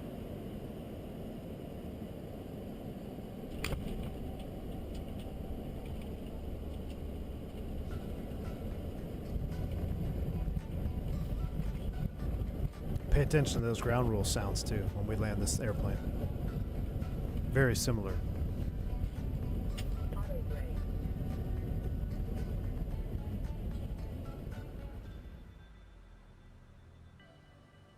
That was my first flight in the 170, Brickyard 3331. So yeah, that was a little intro I made for our stream, and I think I ended up doing a little bit of a tutorial on that as well. So, all right, we are, oh my gosh, chat, we're 59 miles. We need to start down. Let's go ahead and let's set 11. Oh, it's already set. FPA. So here's the thing. We calculated it at a 3-degree path, right? Well, if we go more than 3 degrees, we might be able to catch it up. So let's go ahead and start down at about 3.7 degrees. Down we go. Seatbelt sign is coming back on. We're descending down for tater. Chop and drop. Here we go. Throwing our sounds back up. Here I got the hiccups now all of a sudden. I mainly use X-Crafts because X-Plane gives me the less VRAM issues than 24. Every FS24 ends in a slideshow on final. Sasquiz, have you heard of a program called Auto FPS? Have you checked that out? Maybe that'll help reduce the LOD on the ground with altitude. It could smooth it out for you.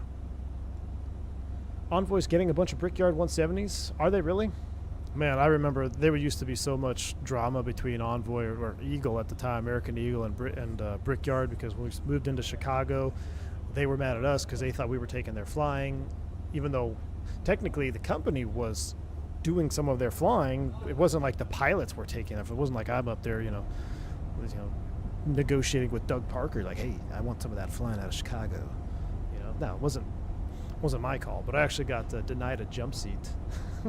I got denied a jump seat on an American Eagle flight one time just because I was with a different regional, and they thought that I was taking over their flying. So that was fun. Bunch of salty scrubs over there at Envoy Eagle. Used to be. I don't know where they all are. Maybe they're all retired now. Who knows? Heads up about 30. She likes to drop from the sky. All right.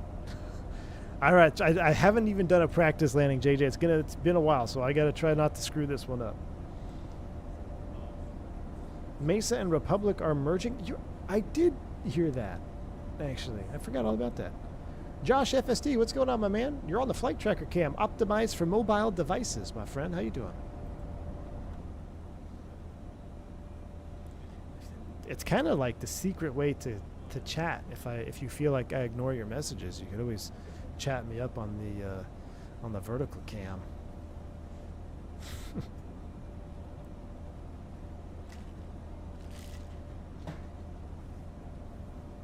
They're still salty at Envoy? Go figure. I'm seated in the exit row on this flight, so I'm good. All right, Callie Simmer.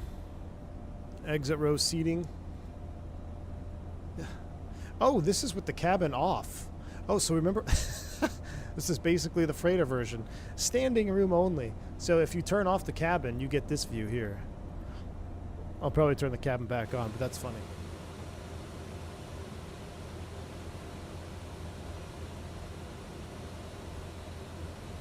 That's your kind of leg room.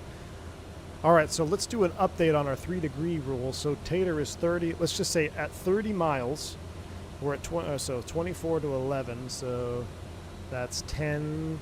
and 3 is 13, 26, 39. So we're 7 miles out. We're 7 miles behind. We're catching up to it. We're catching up to it.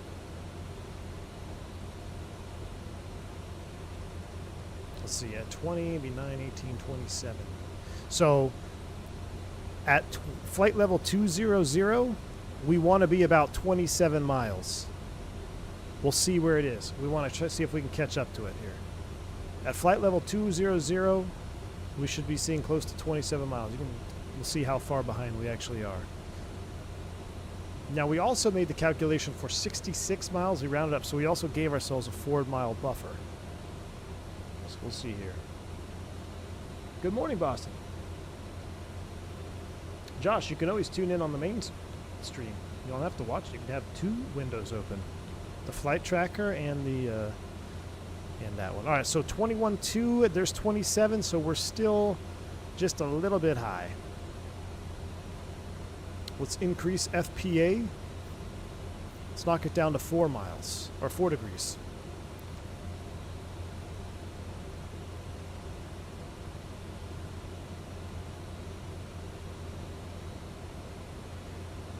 Salt Lake Tower is online.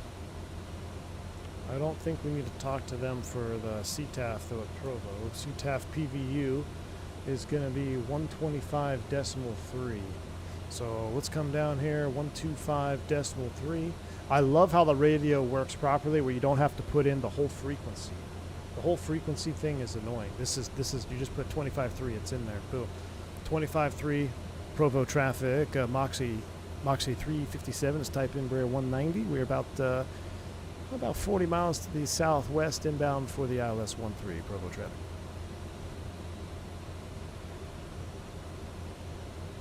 The new terminals at Salt Lake are awesome, Cody. I love them. Salt Lake is really a nice airport. All right, there's 18 thou. Let's go ahead and push for non-standard barrel ref. 29086 is set. We can pull up let's extend our chart out over here. All right, so there's Tater, mandatory 11, JUCOM, and then let's just go down to 8 after Tater.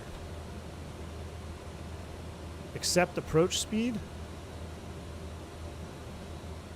So now it's going to start slowing us to 210. Let's get the speed brake out. Little eyelashes out there on the wings. Cacao, what's going on, man?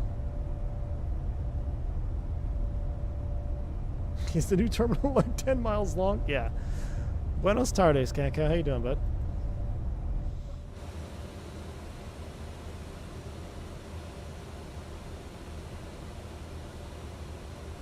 I need a reason to change things up anyways. I love it. We'll make it easier when I'm on the go and still want to watch. There we go, Josh. That's kind of the point. So I have the...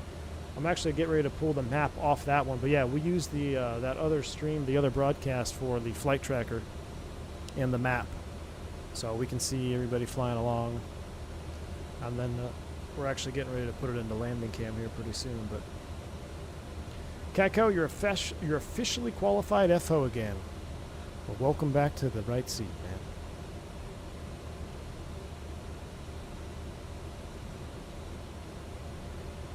Are seats in the planes real comfortable? Man, it really depends on the airline. Really depends. I tell you what, though, the 190, even the 170, the Embraer E-Jets, 170s, 190s, I think are some of the best regional aircraft to ever be designed. They're comfortable, they're spacious. They don't get super hot like the RJs, CRJs, ERJs. They're quiet. The cockpits are great. I'm talking about from both aspects, you know, from pilots and passengers. I think they're great airplanes. Joe Sardo with the $10 super chat. My man, appreciate you, dude. Says the avionics on the 320 series seems light years ahead of the 737. Are the Embraer avionics much further ahead compared to the 320? Do you think the 220 is more advanced than the E-Jet's avionics? So I'm going to go backwards on your question. The E-Jet, the 220, I can't comment on. I'm not typed on it. I don't know much about the 220. The only thing I know about the 220 is it's more similar to the Embraer than it is the Airbus as far as avionics and the automation. At least that's what I've been told. But comparing the Embraer E-Jet avionics to the Airbus, yes, I would say it's almost, that's a good comparison. 320 to 73 and E170 to A320. When I went to the Airbus, everyone's like, oh, it's going to be so advanced. You got to do this. Like, no, it was way more or way less advanced than I was anticipating coming from the E-jets. That'd be a good question for a cat cow. He says that 220 is more advanced. There you go. But thank you, Joe. Appreciate the $10 super chat. Hope that answers your question. I think that is a good comparison. Look at this, chat. 11,000 feet. Tater at 11. We're slowing to 210. Beautiful. Thing of beauty. An absolute thing of beauty. Tater inbound will descend and maintain 8,000. We're still in alt cell here. There's alt. Now that we're in alt, we'll set 8,000 feet. Flight level change below 10,000. Filch it. Speed elevator. Flight level change. Down we go. Did the 320 feel more comfortable? Yes. That was the biggest change, Dev. The cockpit of the 320 is the most comfortable cockpit out there, I think. I don't know what the 220 cockpit's like. Let me say this. As far as narrow-body, single-aisle airliners are concerned, I don't know about the 350 and 380 and all that stuff, but yeah, the E170, E190 cockpit, although it's nice, you still got this freaking ram's horn in your lap. It's still a regional jet cockpit. The Airbus cockpit is just nice, man. It's spacious, super comfortable chairs. It really spoils you, man. It really spoils you. We're through 10,000 feet, sterile, lights are on. We're flight level changing down to 8,000 feet. Here we go. A-Rut says the 320 has less legroom than the E-jets for pilots. Really? No. Even if you move the seat all the way back? Shows you how long it's been. Just got home from 5 sectors and can't sleep. You're the stream to keep me sane. Boston, welcome aboard, man. Oh, laterally. Really? That is interesting. Fun fact, E-jets will prevent FMS Speedbud from bugging into the barber pole. The Airbus will bug you right into the barber pole. Very true. Outcell 8,000, 210. All right, so Jukum, we're at 8,000, then Dicot, and then we'll switch over to selected speeds here. Matter of fact, I want this out of my face. Let's go ahead and move you over there. Man, it's bumpy down here.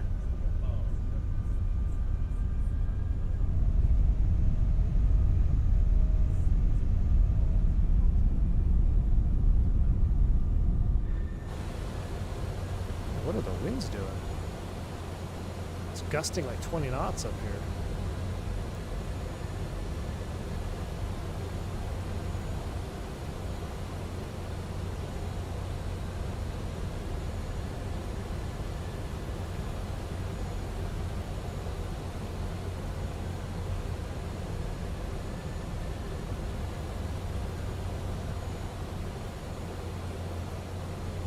I'm going to go ahead and go over to manual speeds. I don't remember the speeds for flaps on this either. Is it just the FS speed?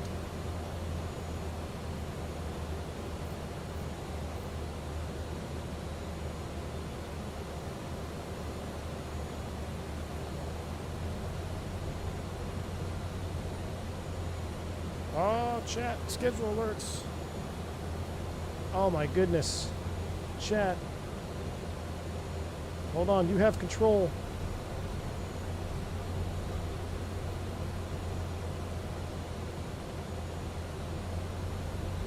Chat, you have control. I'm trying to swap out. There's another day trip.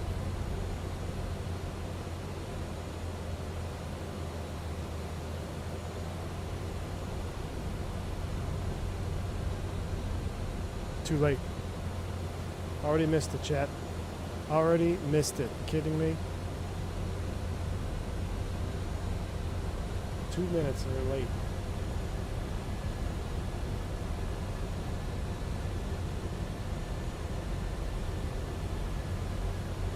I was on the 28th. Man, I would have loved to do a Cancun on the 28th. All right, I'm back. What do we need to do? Flaps 1, here we go.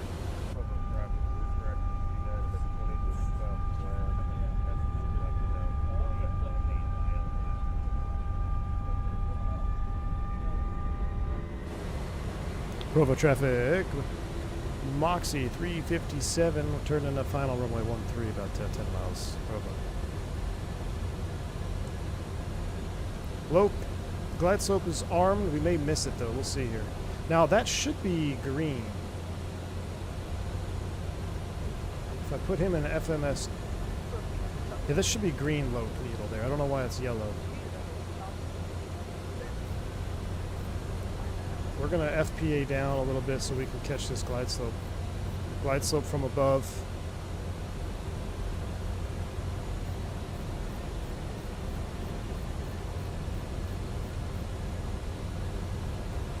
Flaps 2.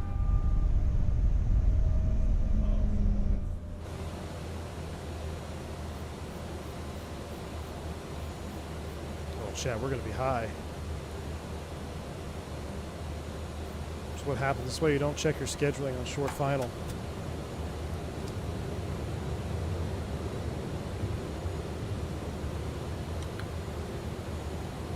Oh, no speed brake. Speed brake lever disagree. See how speed brake's inhibited there? That's awesome. Flaps 3.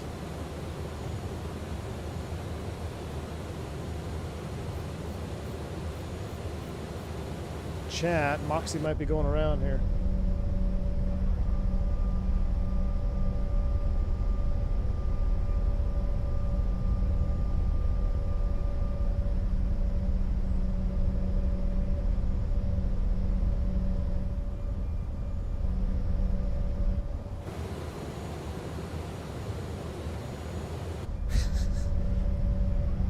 Flaps full. I don't know if we're gonna make it, chat.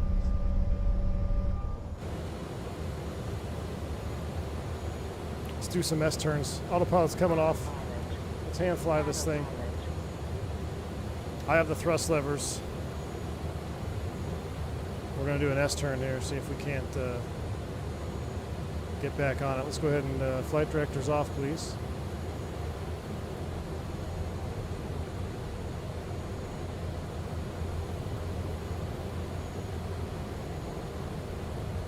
Auto throttle is off.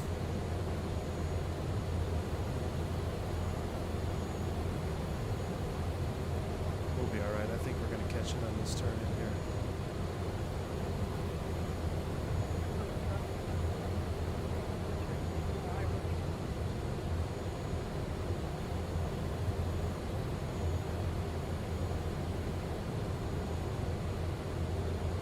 Provo looking awfully mid today. 1,000 feet, we're not quite stable, but it will be stable by 500. Sync rate. Sync rate check. Sync rate. Sync rate check. Sync rate. We got 3, we should go around. I think we'll be alright. I didn't have time to start the replay though, that's not good. 500. 500 feet. Stable-ish. 400.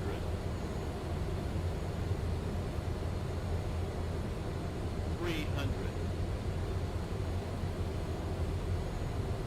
200. Sync rate. Sync rate check. Sync rate. Sync rate. Oh man, we were...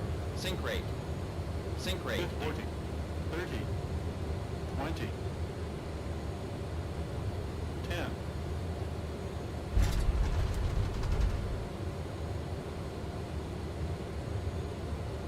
Oh yeah.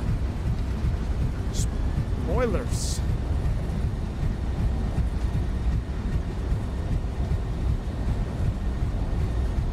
Reverse is green. We'll have to check our landing rate on that one. Wasn't the smoothest of smooth.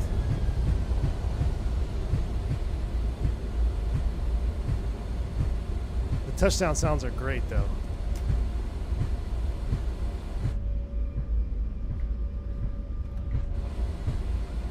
All the way down. Beautiful.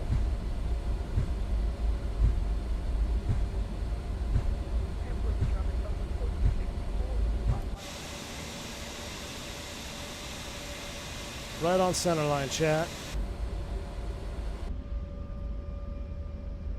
We killed a lot of turtles on that approach, on that rollout, didn't we? Now the taxi lines here are not quite legit. Ladies and gentlemen, welcome to our destination airport. For your safety and comfort, please remain seated and fasten your seatbelts until the captain turns off the seatbelts fasten signal. The use of electronic devices is only use the whole runway, but the brakes are nice and cool. That was a breeze, wasn't it, Sean? Alright, well, this is what happens when you get the schedule alert on short final.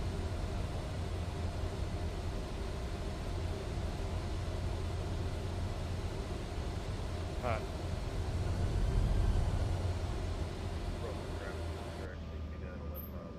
Oh, reverser's still toggled out. There we go. I got to get my Throttletek bound for this, because the Throttletek will be perfect throttle quadrant for this.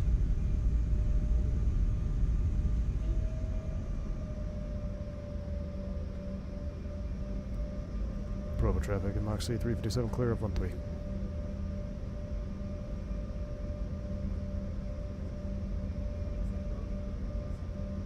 Look at that little subtle wing flex out there.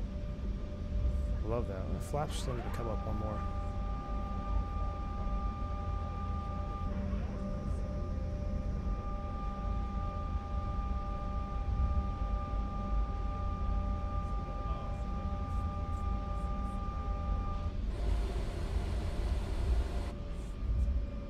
Is this the Moxie terminal? We'll go park over here with this other Moxie. I don't know. Yes. Oh, there's the entrance right there. I was gonna say default scenery is suboptimal.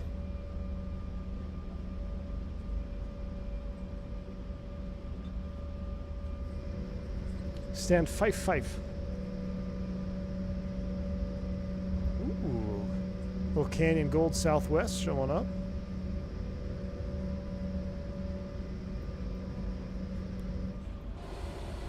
This is making me want to fly the U.S. Airways livery. There's a U.S. Airways 190 livery that has awesome custom like flap dirt and everything. We don't have a replay. We might as well start the APU. Let's see if we can't get in here close next to this guy without touching tips. Ken, I wasn't sure if it was compatible or like if it was working with 24 and I didn't have time to test it.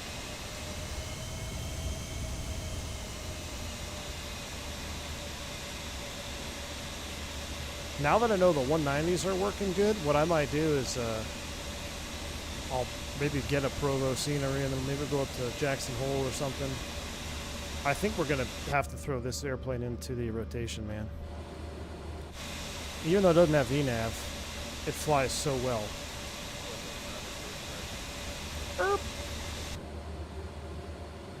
Brake set. A-Rot forgot all the lights after landing.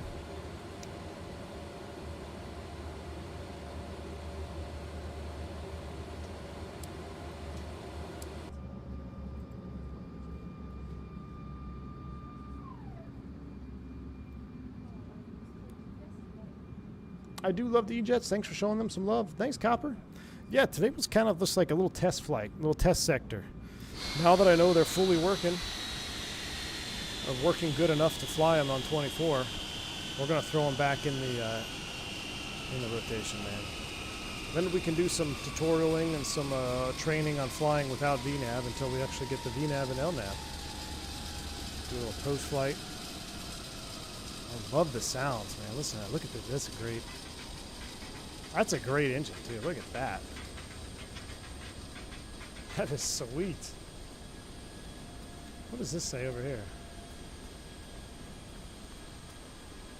Oh, that's just the instructions for latching. Actually, can we open it up? Let's see, since we're on the ground. Let's go to aircraft state over here.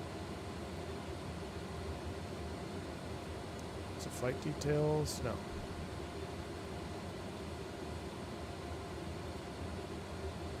Ground services. Forward, aft stairs, safety pins, cones, wheel chocks.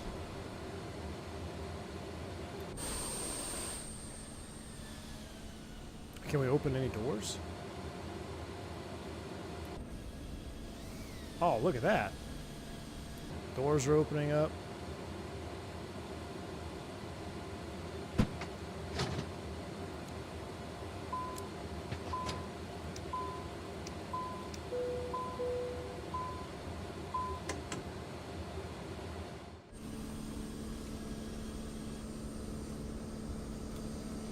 Oh, why did it pull away the stairs? I was going to see if we could walk up the stairs.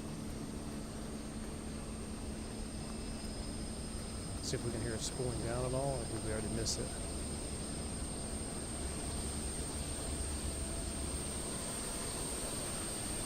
Is it in cooldown mode?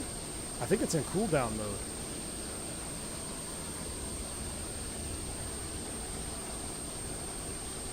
I'll have to pick this up solely 2024 too. Ken, I mean, if you're okay with the box doing funky stuff until it gets fully supported, I mean, it's a fun airplane to fly, that's for sure. This is the one available on Contrail, correct, D-Doom, correct. I'm wondering what's going on with our APU. We're in use. Oh yeah. Listen. The APU is cooling down, doing cooldown mode, I think. Yeah. It's spooled down. See? That's it. I mean, even more system stuff being simulated. There you go. Listen to it. So similar to the Airbus, you know, when you shut it off, it does a cool down function. There it is, cooling down. Here comes career track. Everybody's on the ground. Let's take a look at our Volanta landing rate. I'll have this up on the other cam if you're curious and you want to see. If you check the vertical cam, we'll look at our flight path here. Taking a look at our stats. Landing rate, 200 feet per minute at 1.02. Not bad. I thought we could see where we landed, like on the pavement. Maybe, is that a premium feature?